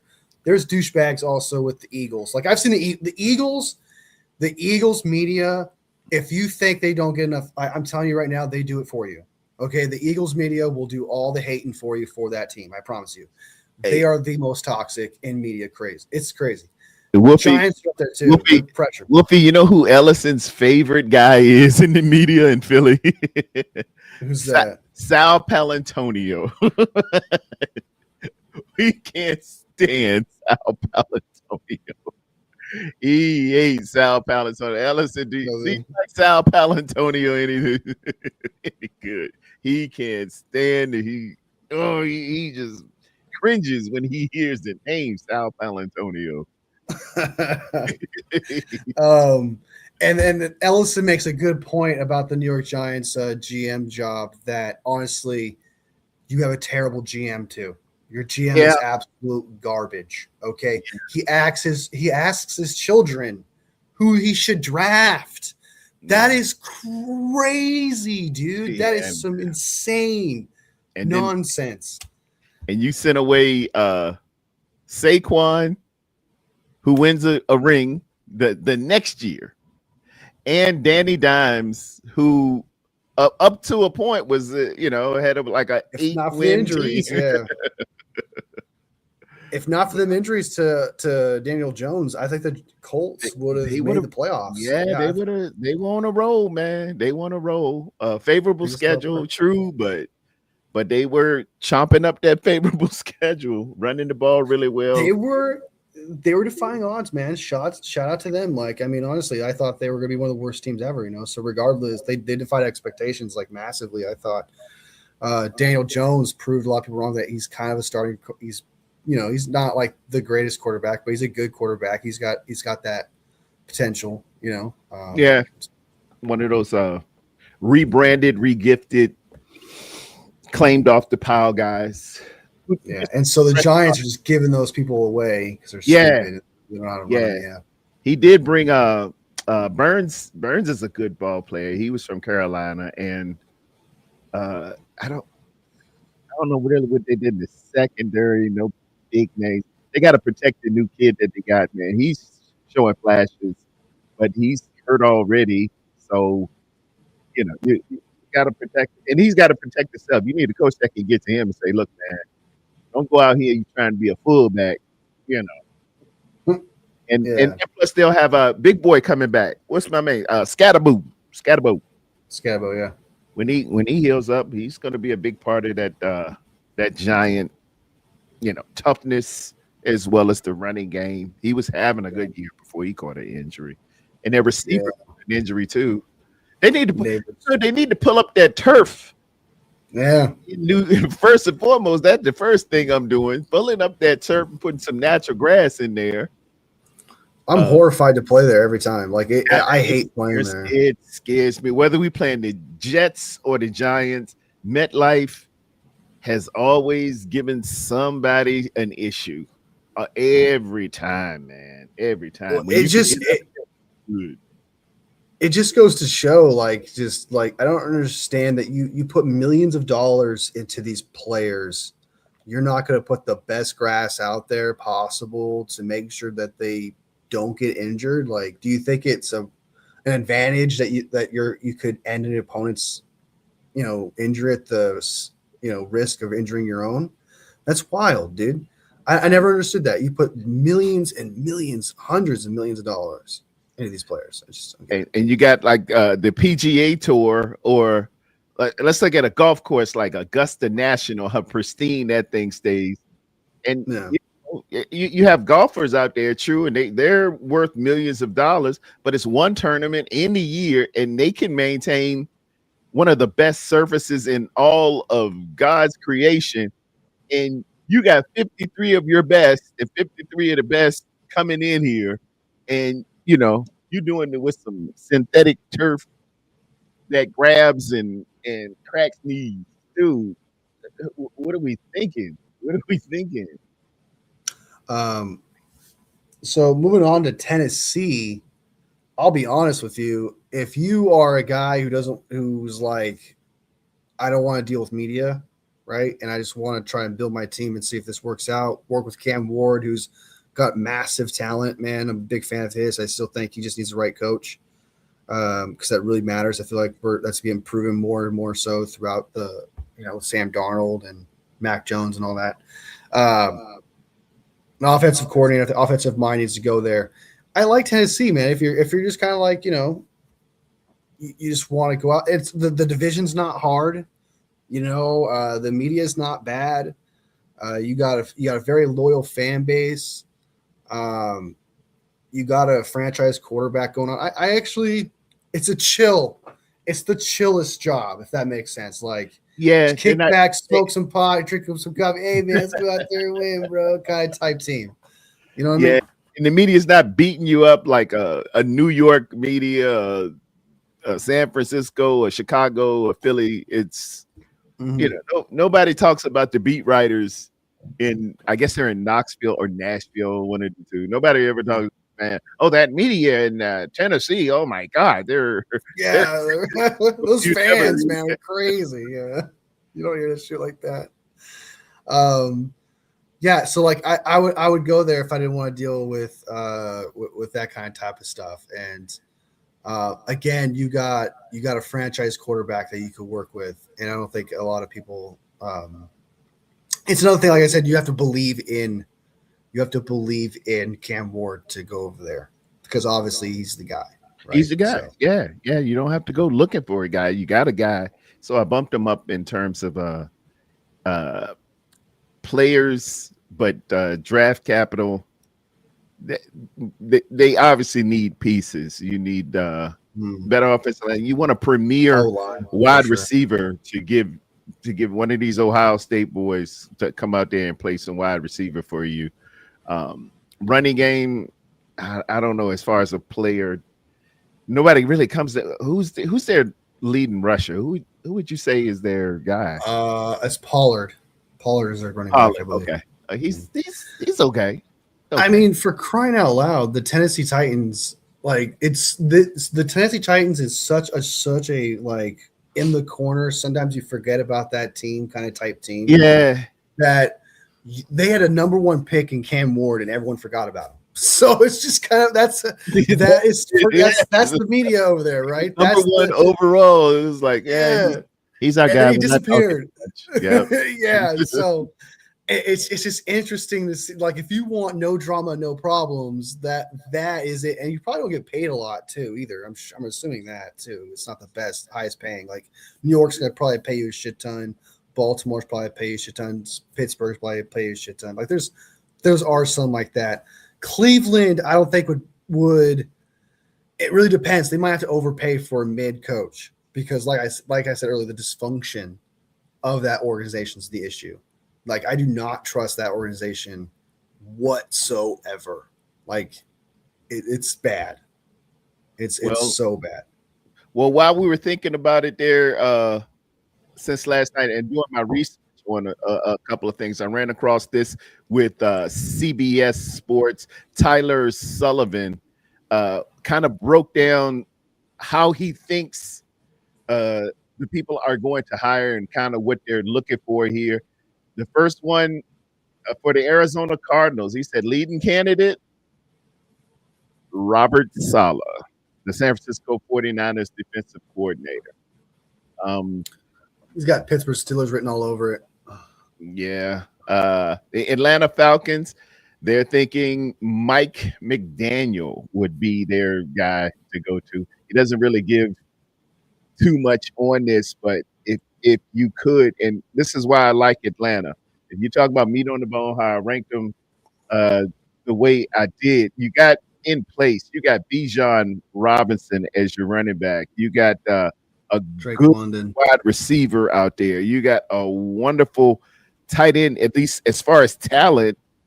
Pitts was going to be a third overall pick. The defense, they made some strides. They went out there and got a couple of ball players. One of the guys I was looking at for safety went to Oklahoma. I want to say Bozeman or Boozer or something like that. If y'all can hook me up in the chat, they got ball players. So you got Michael Penix, who's injured, but he's gonna come back. And you got Kirk bagging him up. So you got stuff there. They can't put it together. And now they put Matt Ryan. The reason it kicked it low, you had Matt Ryan coming in now, and they're doing a whole different. You gotta help out with that. Yeah, congratulations to him. I agree in a lot of ways with the Atlanta Falcons. It's almost perfect because Mike McDaniel actually has experience with the left-handed quarterback, right? With Tua. So you got Penix, who's left-handed. So you got that relation as well. And I do like that. You got Bijan Robinson, and we know that the running game is Mike McDaniel's bread and butter. And you got Bijan Robinson, that would be absolutely phenomenal. Drake London is a good blocker. He's got the size. Drake London, good receiver. Yeah, great receiver. Yeah, right. So it's just, I think that's perfect. Actually, that's probably the best spot I think for Mike. And he doesn't have to move. He doesn't move that far. He doesn't have to move that far away. Yeah. You probably can, stay almost where you at. For the Baltimore Ravens, they're thinking Cliff Kingsbury. Ugh. Yeah. Terrible. You got NFL MVP Lamar Jackson. You simplify things a little bit. You got a running back there. I don't know if Kingsbury can handle the toughness. Because you got to have you got to be tough. It'll depend on who he gets as his defensive coordinator and offensive line coach. because when I think in a AFC North, I think of toughness. I think of rain, snow, Pittsburgh, Cleveland, Cincinnati can get pretty cold. You got to be able to go into them places, man, and just be tough and come Well, away with some victories. And I don't. Cliff Kingsbury comes off to me as kind of a dome guy or a warm weather guy, and that might be just the bias of his resume because he used to be in Arizona as well as who else was he with? He was in college, and it was Texas A&M, I think. Texas A&M. Yeah, I mean he knows offense. He does, but I don't think toughness with Cliff Kingsbury. That's all I'm saying. The relation I feel like he's going with here in that article is the fact that Kyler Murray was a mobile quarterback, so he's got that experience, so you can add it to Lamar Jackson, and he can do those read options and those sweeps. So I understand where he's coming from, but he's not successful at it. He's had moments, right, but he doesn't have that consistency. And we saw what he's like as a head coach. I just feel like that would be a terrible place, especially for Baltimore, whose organization's more into a cornerstone kind of type of head coach that want to find a head coach that's going to be around for a while. Yeah. Not like, okay, experiment, let's hope for the best. Yeah. Wrong. That just wouldn't make sense to me whatsoever for Cliff Kingsbury to be a Baltimore Raven. That would be so bizarre to me. If that happens, I would be bizarre. I would be weirded out. I'd like this is a Twilight Zone for sure. For the Cleveland Browns, he's thinking Jim Schwartz, Browns defensive coordinator. He would kick on over and be the guy. He would step in there, get an offensive coordinator, and Jim Schwartz is a heck of a defensive coach. I would keep him as a defensive coordinator. Yeah, great defensive coordinator, but as a head coach. Get John Harbaugh. Go get John Harbaugh. Oh Lord, a Harbaugh and a Schwartz. You got to be professional here, buddy. It wouldn't be Jim, so maybe it'd be all right. In Las Vegas, they're thinking Clint Kubiak. Anytime you can get a Kubiak, Seattle, you're doing well. You're doing well if you get No, I wouldn't do that. I don't think his offense. His offense is not doing good. What we talking about? Why would you? His offense is not doing good. He's a Kubiak. I know, but his offense is not sexy. I mean, it's not juggernaut, but they're the number one seed, right? Yeah, but we all know it's because of that defense. Right? They're not put up some points. Sam Darnold was out there. 13 solid points, bro, dude. Don't think about your game. Look at their whole year. Look at their whole year there, bud. Smith and Jigba. That's about it, right? So it's just kind of. I know I'm totally against that. I think Kevin Stefanski should go to the Vegas. I think that'd be better. I think that would just be a lot better. I don't know if they would want Stefanski. Try and poach what's his name from the Vikings? Poach him from the Vikings. Give him a first round pick for the head coach from the Vikings. What's my man name? O'Connell. Oh, the offensive coordinator there. I thought you were talking about the head coach for the Vikings. I thought you were talking about Brian Flores. No. I was talking about the head coach. Go trade for them. I think that'd be a perfect fit. Him and Mendoza would be great. Kubiaks are great, man, especially for quarterbacks. Kubiaks are the way to go. That dad was next to John Elway, and he spawned in great offensive minds. I think it was got two sons in there. You got Gary Kubiak, Clint Kubiak. We got a Kubiak. They're really good. They're really good coaches. They it's in the blood. What were you saying about Tomlin? Tomlin going to Vegas would be hard. That would fit so well. I think Max Crosby would absolutely love that. I think that entire team would absolutely love that. I think Mike Tomlin being there would be crazy. It would be a respectable name. That's who Tom Brady has a lot of admiration and respect. Historic Yeah, it would be. It wouldn't be bad at all. The Raiders were the first one to hire a black head coach in the modern era. Uh, Oh, I know that. his name was Art Shell. He played for the Raiders, and he coached Bo Jackson and Marcus Allen. They went to the playoffs a few times. Man. He did a fine job. The Miami Dolphins, Jesse Minter, the Chargers defensive coordinator. That's who he's got is who he thinks would be a fit. Um, okay. I guess that's random, actually, if you really Yeah, think about it. yeah. That's not even the best defense. Like, why would you go after not even someone from the best defense? Why would you pick? Why would you pick at? You want to go after? I guess Seattle. You can't do Seattle. Broncos defensive coordinator would be better, right? Yeah, Yeah, they're having a good year. They're having a good year. go after them, Yeah, bro. Like, I like the Vikings DC man. I think that guy he's out. Brian Flores. Yeah, Fangio. Oh, watch that. Incredible. Man, y'all check out Johnny Dales. Johnny Dales links you to a cat named Brett Coleman, and it's Coleman with a K. They talk about Vic Fangio's defense, cover six and cover eight. If y'all are real football heads and minds like me, it is a wonderful, wonderful defense in terms of zone and split field coverage, the cover six and the cover eight. And the way Fangio uh, has has put it together, it is palatable and learnable for those DBs dealing with today's motions. You know what I mean?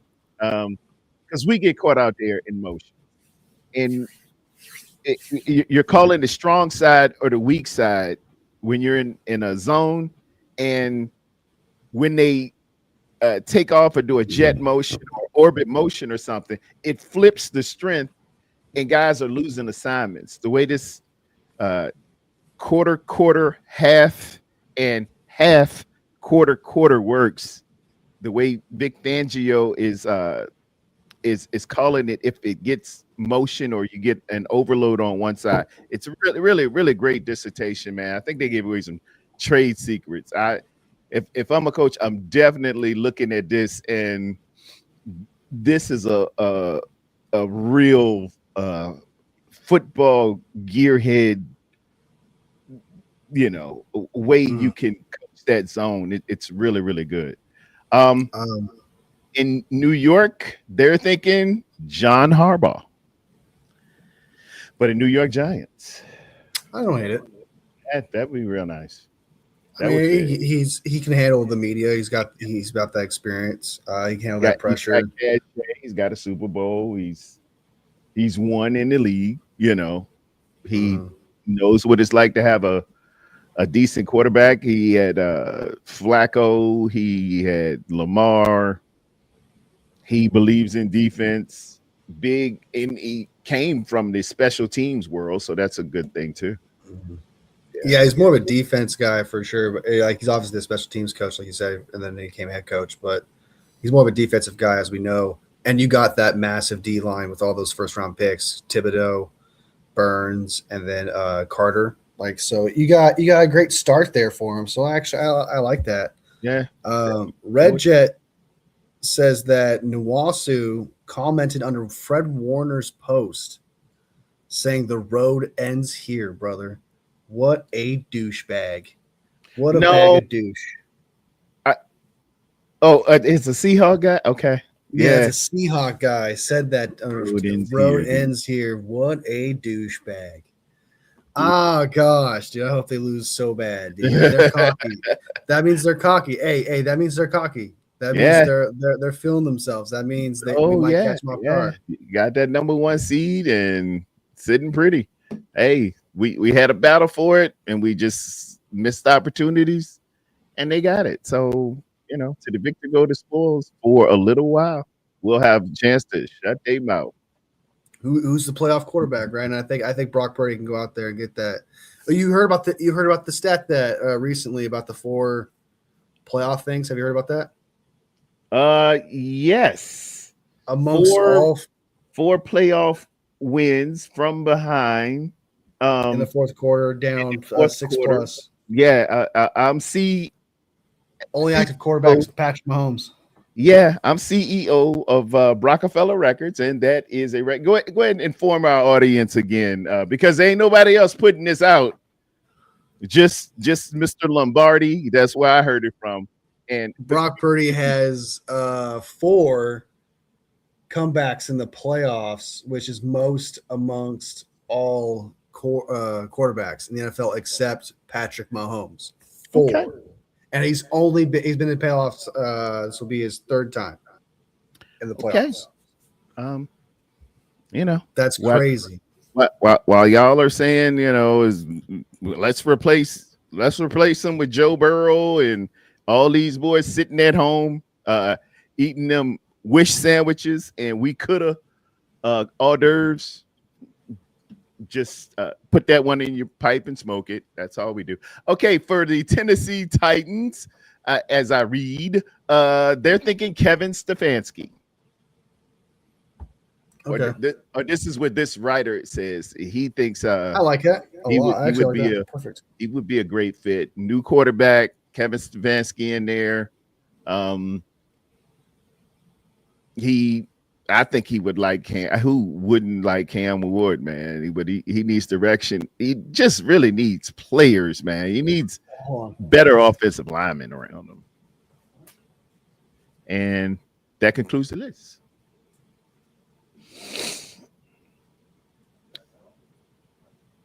So what say you in the chat right now? Going back to my chat, Allison Burley have to factor in Aldo if Green Bay and Buffalo come open as well. Yeah. There's Also, a dude. There's a beehive or something that exploded, and there's like, holy shit. Sorry, I'm tripping. I'm you got tripping a out lot right of now. bees. You got a lot of bees around or something. I would show you guys if I could, but there's like a cloud of bees outside. That's a trip. Oh my god, I'm tripping out, dude. Oh my god, weed ain't that great. That's crazy. Anyway, sorry. Go ahead. Sorry, I'm blown away by what I'm seeing. Like I don't know why that's happening. I don't know why it's a beat. What the fuck? All right. Anyway, It's all sorry. good. Total distraction there. Hey, am I glitching? It seems like I'm on a delay. Yeah, you're glitching a little bit, dude. I like that hat. That's dope. Yeah, this is a draft hat. They I like were that. It's gold. these were what the 49ers were doing. I think it was about 2 years ago. They had these draft hats. And I wear a lot of gray, but I never had a good gray hat. I got a Nike hat, but I wanted something gray, and it has a tinge of light blue in there too. So It's nice. That's a solid. Yeah, I like that. thank you, That's a man. dope Thank hat. you. Thank you. I like putting on blue hats. So one thing I want to talk about, last thing to talk about, is the 49ers versus Seattle game for sure. Yes, sir. I think this team can beat the Seattle Seahawks. I think it's definitely in the realm of possibility for sure. It's going to come down to Sam Darnold. To me, it's going to come down to Sam Darnold. Can Sam Darnold show up in the playoffs? Because they have it all. That team's got an elite defense. You have weapons on that offense. You got Barner. I think his name is Barner, something like that. He's like 6'6", 6'7". Yeah. He's a solid tight end. You got JSN, who's just having an insane season. If Sam Darnold is good, he just needs to be good, they will probably win this game, the 49ers. And if, unlike last time in that Seattle game, there was opportunities. Yeah. If the 49ers capitalize on all their opportunities, they could win this game. That's what's going to take. 49ers are going to have to get all the opportunities, and Sam Darnold's going to have to be an egg. That's what I feel it's going to take. That's it. I didn't change anything from the previous dossier. We just didn't have the result that we wanted, but we have to think about this. Although the running looked horrible, and we got gouged on the backside with their two running backs there. They didn't put up but 13 points. If we could have, if that ball's not tipped and then tipped again with CMC, he's in the end zone. Now it's 13-10. And if Brock would have just seen Sky Moore on that 4th and 1, it's a flip of 14 points, and we're winning the game by 3. Yeah. That's how these things wash out a great deal. Trent wasn't there.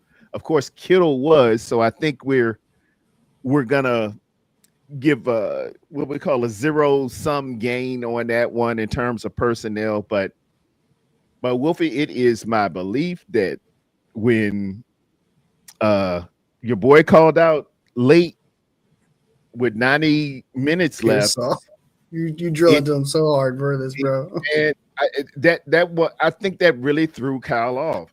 You can't do if you tell me in the beginning week, like this game against the Eagles, he knew he wasn't going to play the whole week, and Kyle went on and put Demarcus Robinson into the game plan, and he became choir boy lead singer. I can work with it if you tell me early, but it's just like calling off on your job. The early you tell me that you're not going to be able to be here, I can get somebody to fit in the schedule. I can bring somebody in. I got stuff to do. But when I done planned for you to be there the whole time, and you call me an hour before we're supposed to go or 2 hours before we're supposed to work this shift, it has put me in a really precarious position. And, I think Kyle did the best he could, but you can't tell me that 100 of those yards that Demarcus Robinson got was not going to be Ricky Pearsall's. It was designed to be Ricky Pearsall there. Yeah. And I just want to add just that fact. They're a great team, wonderful defense. They can cover man to man. And when you got a guy who's supposed to be your best separator calling out, it boogers everything up, man. You throwing it all on Jawad Jennings at this point, and they were hitting him as soon as he got it. So well, the one thing that I hope that happens in this game is the fact that the 49ers got enough film from earlier in the year and in this previous game in the Week 18 game that hopefully Brock Purdy saw some wrinkles, something he could take advantage of, and had more film to work with, because he's got to play better. And another thing is Kyle Shanahan this is Kyle Shanahan's demon right now, right? Is Mike McDaniel. Mike McDaniel's defense has Kyle Shanahan figured out. The reason we beat Mike McDaniel the first time was because of Brock Purdy breaking out of the system to make that play to get that touchdown. That was not because of Kyle. So we need Brock to break out of that system to make plays. We also need Kyle to beat his demon. This is the ultimate moment, the ultimate test of can he beat Mike McDaniel's defense? And that would say that to me if he can reach 21 plus points. If he hit 21 points, I'd be like, okay, he did a lot more than I expected him to do against this defense. If he gets some 20 plus points, and I think if this team can get 20 something points, I think the 49ers will win this game. I don't see this Seattle offense, even with our defense depleted as it is, getting 20 something points. They might get 20, but that's about much I'll give them, to be honest. Okay. So if the 49ers can just get 21 points, I think they can win this game. And those points are out there. I'll bring up that play that I saw. This was that 4th and 1. We're on their 40. They're anticipating a run up in here. Let's go to the view map here. What do we use? Let's use some arrows. They're anticipating run here. You You got your linebacker in there. They're thinking 4th and 1. They're stacking a little bit. Everybody's got an attitude of we're pinching down, we're pinching down. And a wonderful play was called. You got motion to the strong side or to the field. And that thing was there, man. That thing was there. We let it play out. You see, he bit and he's looking at this one. He's turned as a free safety, looking here as well as, he's got eyes backside here. If Brock sees Sky Moore right there, That's a touchdown. he's got a clean pocket. If he just his back foot is about to hit, if he goes here, it's 88 out the gate. It's nobody there. You see? Yeah. But he just missed him. He didn't see him. From the end zone view, you can see that there was a fake with CMC. So CMC's not in the pattern. He was supposed to block who's that number 0, Dexter Lawrence, I think it was. Dexter Lawrence, yeah. Yeah. And Dexter Lawrence just hops over him or something. It wasn't the best shot there. And Brock just checks it down. He doesn't consider Sky Moore out there. But if that's Ricky P to your outside, I think it weighs heavier on his mind than let me just get the check down going down here and just try to get these little bit of yards. I think I got the end zone view so you can see the block that was missed. I hope I do. No, I didn't get the end zone view, but you can see Ricky P missing this block. Oh, you can see CMC missing this block. I'm sorry. He's supposed to go in and catch the blitzer here, but it's just not the best attempt. All right, you see him. You got to fake it and then occupy him with a block. Get him in there because he's going to be a free runner. And CMC goes down low. He just sidesteps it, and he's up in Brock's grill. But you got that one, and you remember the interception at the end. The guy tips the ball, and we were driving. I think we were on the 6-yard line, but things don't work out. It was tipped twice, way down there. This is it. You're at the 6-yard line here. I think I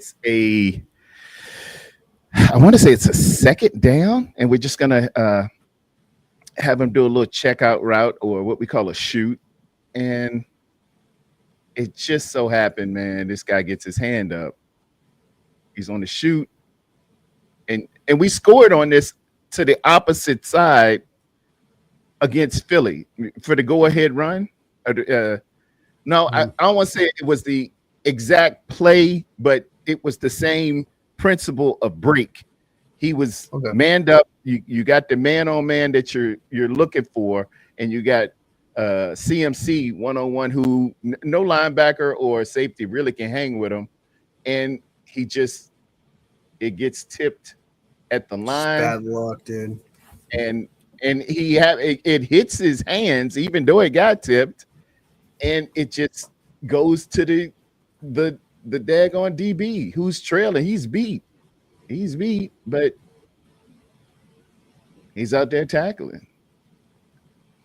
It just riding luck. Them your 14 points right there. I think you can see I got some enhancers here on this. I love this app. This is wonderful.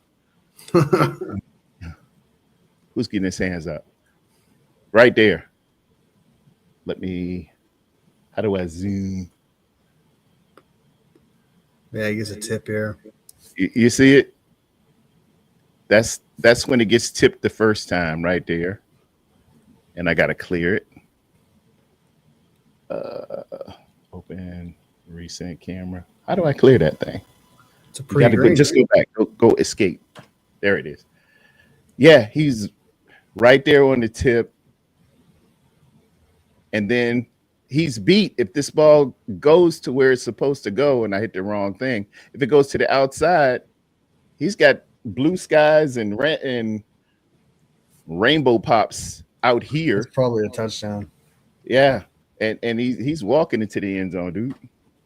But because it got tipped, he has to reach down and it still hits him in the hands, but it pops off his hands. And the guy that was beat, it gets to him, and it just won't meant to be your night. And that's your 14 points right there. That's such bad luck, dude, because it was Yeah. such a fire drive, dude. All momentum, everything. The Fire we're gonna score for sure, dude. That when that happened, you knew like, okay, the 49ers are probably gonna lose this game because it's like everything is that could go wrong is going wrong right now, and there is a benefit kind of sort of to that kind of outcome where like the 49ers didn't get to show all the things that they're capable of. So we are without Terradome.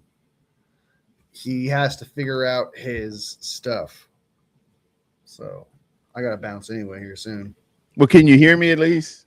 I can hear you, man. Yeah. Okay. All right. Yeah, I think that new chalk talk, man, I think it takes a lot for whatever with StreamYard. It's beautiful. I can zoom, I can do a whole bunch of stuff, but it zaps this camera.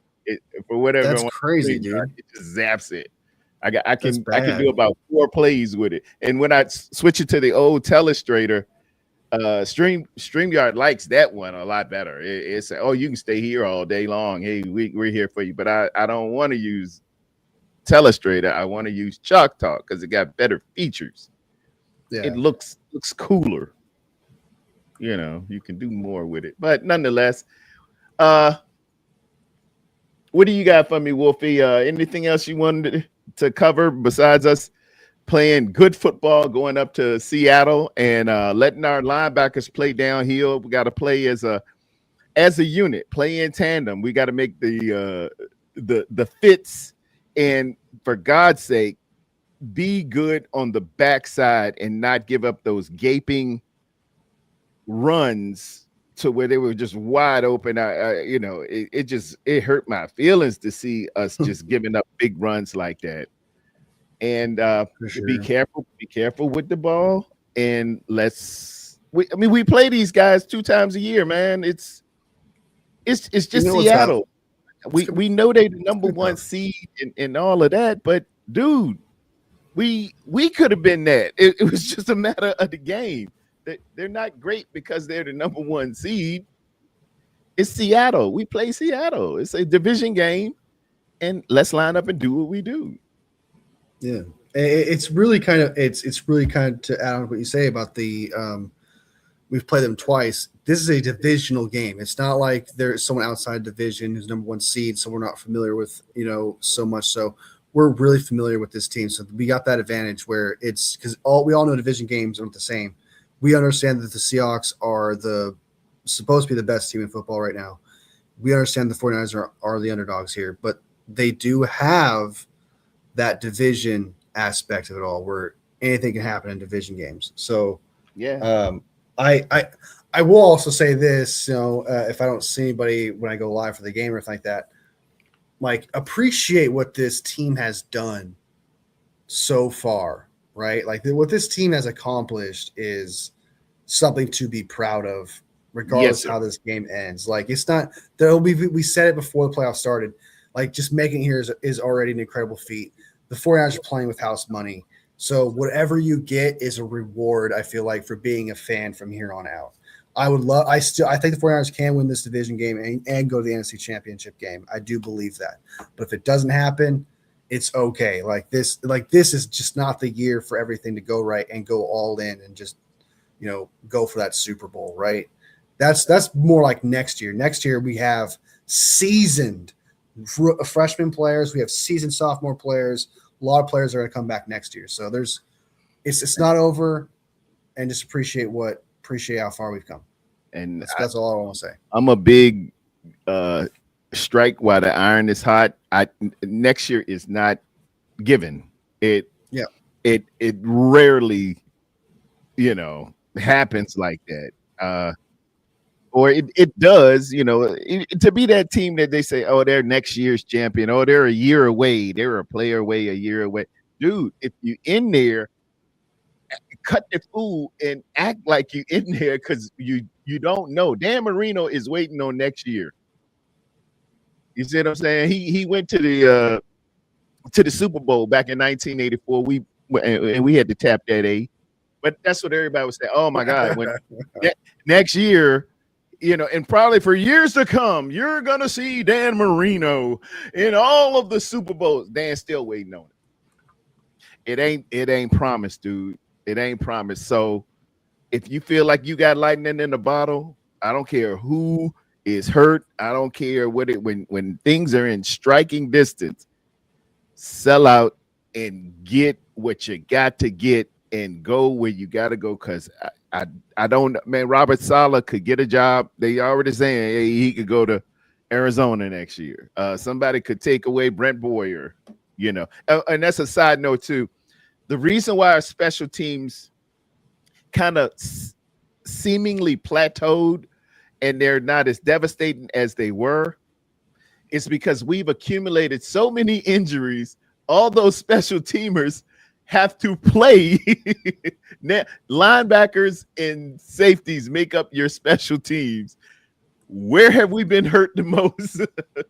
and tight ends. Everybody's got to play now. So now your special teamers are practice guys, practice player guys. So, but I can't. I'd be remiss if I didn't say how great of a job that Brent Boyer did here, going from the 32nd ranked special teams to the second ranked special teams in the National Football League. That's a accomplishment to him. And Wolfie, we just got haters who are sitting around and waiting for the demise and will celebrate the demise of the San Francisco 49ers. And they are wearing 49er gear and they report for the 49ers so they can just say, I told you, it wouldn't happen. I told you. And F them. You a fakeful. That's you just holding, throwing rocks and hiding your hand. And oh my God, breaking news. We had a great year. We're going to do the absolute best we can. And I'm going up here to win this game. Steal it and come back home. And then if we got to play the Rams again, we will play the Rams again for the NFC Championship. We have been here before. Nobody's unbeatable. That's true. Any given Sunday, man. Any given Sunday. Line them up and we'll see. Yeah. Val just said they opened up Fred Warner's practice window.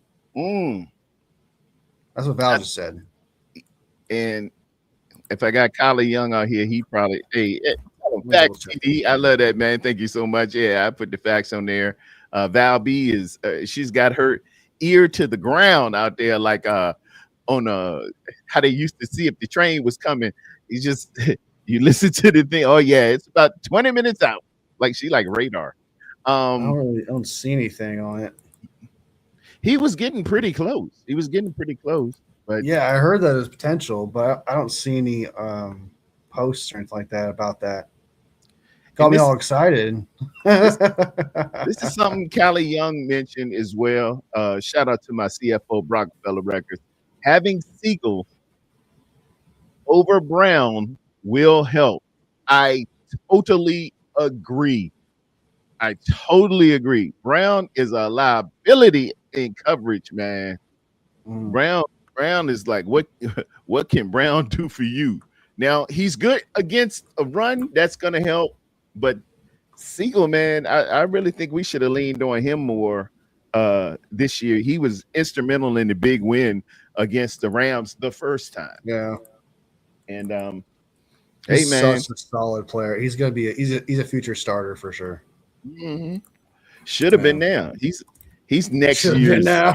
Yeah, him next to Mustafa. We are safety. I think you go with that. I wasn't people didn't like Pinnock very much, man, but Pinnock gave you some veteran leadership. I had some cut ups of him on the sideline saying, "No, we got to look at it this way. We got to go this way with it because that's how the defense is supposed to be structured." And he doesn't have all the athletic attributes that he used to have, but man, that veteran man ain't nothing like good veteran leadership in that secondary, man. Because more points are produced off of blown coverages than they are off of inadequate athleticism. You know what I mean? I know I should say more explosive plays come from blown coverages than they do, oh, that guy just faster than me. You know what I mean? You usually just bust the coverage, and anytime you can have some leadership, some know-how, some wisdom, some mentoring in that defensive backfield to say, hey, when he goes in slip motion, we're just bumping, or if we're in man, run across with him. Changing the Ringo, which is strong right, to the Louis, which is strong left, and knowing when to do that helps tremendous, man. It does. So it's official. The 49ers have opened up Fred Warner's. I just checked. It's true. That's crazy. Fred Warner is going. His window has been open, which doesn't mean he's going to play on Saturday, but that's a huge sign. That is a great sign. That means he most likely will play probably if we go to the championship. If you go to championship game, Fred say I'll be there, and I believe him. And this the type of guys we got, man. That damn Fred Warner, a warrior. And just get there. All you gotta do is just get there. You don't know what's gonna happen after this week. Maybe the Rams or maybe the Bears might, slip and show you some slippage or some weaknesses or something like that. But just get there. Let's handle this. Don't blow this opportunity. Don't call out an hour before the game. Demarcus Robinson be like, yo. DeMarcus can sing his part. Put DeMarcus in there. I trust DeMarcus more than I do Ricky P. I am out on him. I'm done. I'm done. You gotta be done with him after this year. No. I'm done. Yeah, man. Come on. Done. You done showed me everything. He's gonna make a game-winning touchdown soon. No, man. No, well, he might. Wolfie, he might go for 1,200 next year.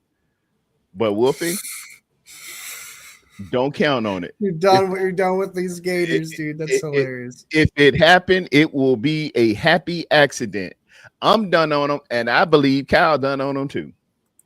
So I just checked, and Ricky Pearsall would be limited in participant practices today if they were practicing. So that means when they practice tomorrow, they will be Ricky Pearsall should be limited. So that means he'll probably play. Yeah. Wolfie, do you play spades? I have played spades before, and it is a brutal game. Okay. Brutal game. At the beginning of spades, you count your books. You and your partner will count your books, which you think will win in the prospective hand, and you'll tell your partner, I got 4, I got 3. You look at your hand, you look for face cards, and you look for spades because you feel like you can win those trumps. There are a couple of cards like the Jack of Hearts. I don't count that Jack of Hearts because I know it's probably gonna get cut. It's probably gonna make it. It's probably not gonna make it. I don't count it. Are you saying Ricky Pearsall is a Jack of Hearts? I'm saying Ricky Pearsall is a Jack of Hearts. Exactly. I don't count that book. All right, man. He's gonna go out there. He's gonna ball out, bro. All right. That was a beautiful reference. Y'all got to give me some love in the chat. That was a beautiful. You're like, I worked on that.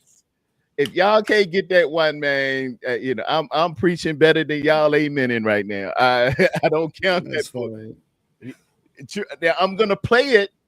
It's in my hand. I'm gonna play the Jack some kind of way. but do not put me down for 4 books.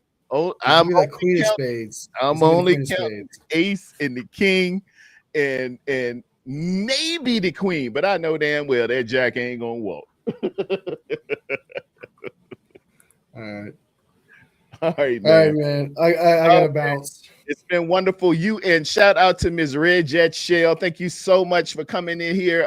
Pinch hitting. She's a left-hander. She came in here. It was supposed to just be all of us, and I think we did get it all together for a little bit. Eagles have fired their offensive coordinator, Kevin Petula. Y'all come with all types of breaking news. Everything been very good. People getting fired out here as Terror Dome is on, and Wolfie is holding it down, ladies and gentlemen. The breaking news was Mike Tomlin, 20 years, I think, with the Pittsburgh Steelers has been what's the word y'all put it together? They mutually disconnected or something. It would part ways. And mutually parted ways. When you don't want to say fired, you say mutually parted ways with Pittsburgh. And now Ellison's breaking. The Eagles have fired. They didn't even use the mutual, but Kevin Petullo, you can go and kick rocks. Thank you so much, Kylie Young, CFO. There you go. Ricky P is a jack of hearts. He's a jack. That SOB ain't walking. Mike McDaniel, if he's going to be an offensive coordinator, he's going to be offensive coordinator for the Eagles. Watch. What's his name? Howie Roseman's going to do it. Watch. He's going to do it. He's going to make it happen. I got to say, Roseman makes incredible decisions, and he's going to get the best he can out there. Yeah, that's what Roseman does. I cannot lie in terms of I might not like him. I might not agree with him, but that daggone Roseman will find some ball players, find some coaches, and he will get so good his job. Yeah, he's good. He's damn good. Yeah. So did Unc get fired too? The on the Regal Eagle podcast, Doug Dennis calls himself the offensive coordinator, and Ellison is trolling a little bit. Did Unc get fired too? Because he was supposed to be the de facto offensive coordinator. You know, Grant Cohen says he's quality control. Yeah. Unc says he's the offensive coordinator of the Philadelphia Eagles. So Ellis is giving him the business right there. I don't know if he got fired too, but usually they're in tandem. All right, let me go ahead and close it up. Thank to you. Yeah. Thanks to Red Jet Shell, all y'all that were in the chat, man. I appreciate it. I know it was a particularly long show, 2 hours and 32 minutes, but I think some good stuff and some breaking news. Thank you for all y'all. Val B, Kylie Young, Ellison, all y'all that break that news to me, man, on the spot. It's hard being a Golden Domer, just hanging there with me. Through February, through my birthday. If you hang in there with me, we should have a ring at the end. I'll get you all Batman Dakota rings or something. Batman Dakota rings. If we get that thing. But everyone, remember, we walk by faith and not by sight. In Jesus' name, amen. Thank y'all so much.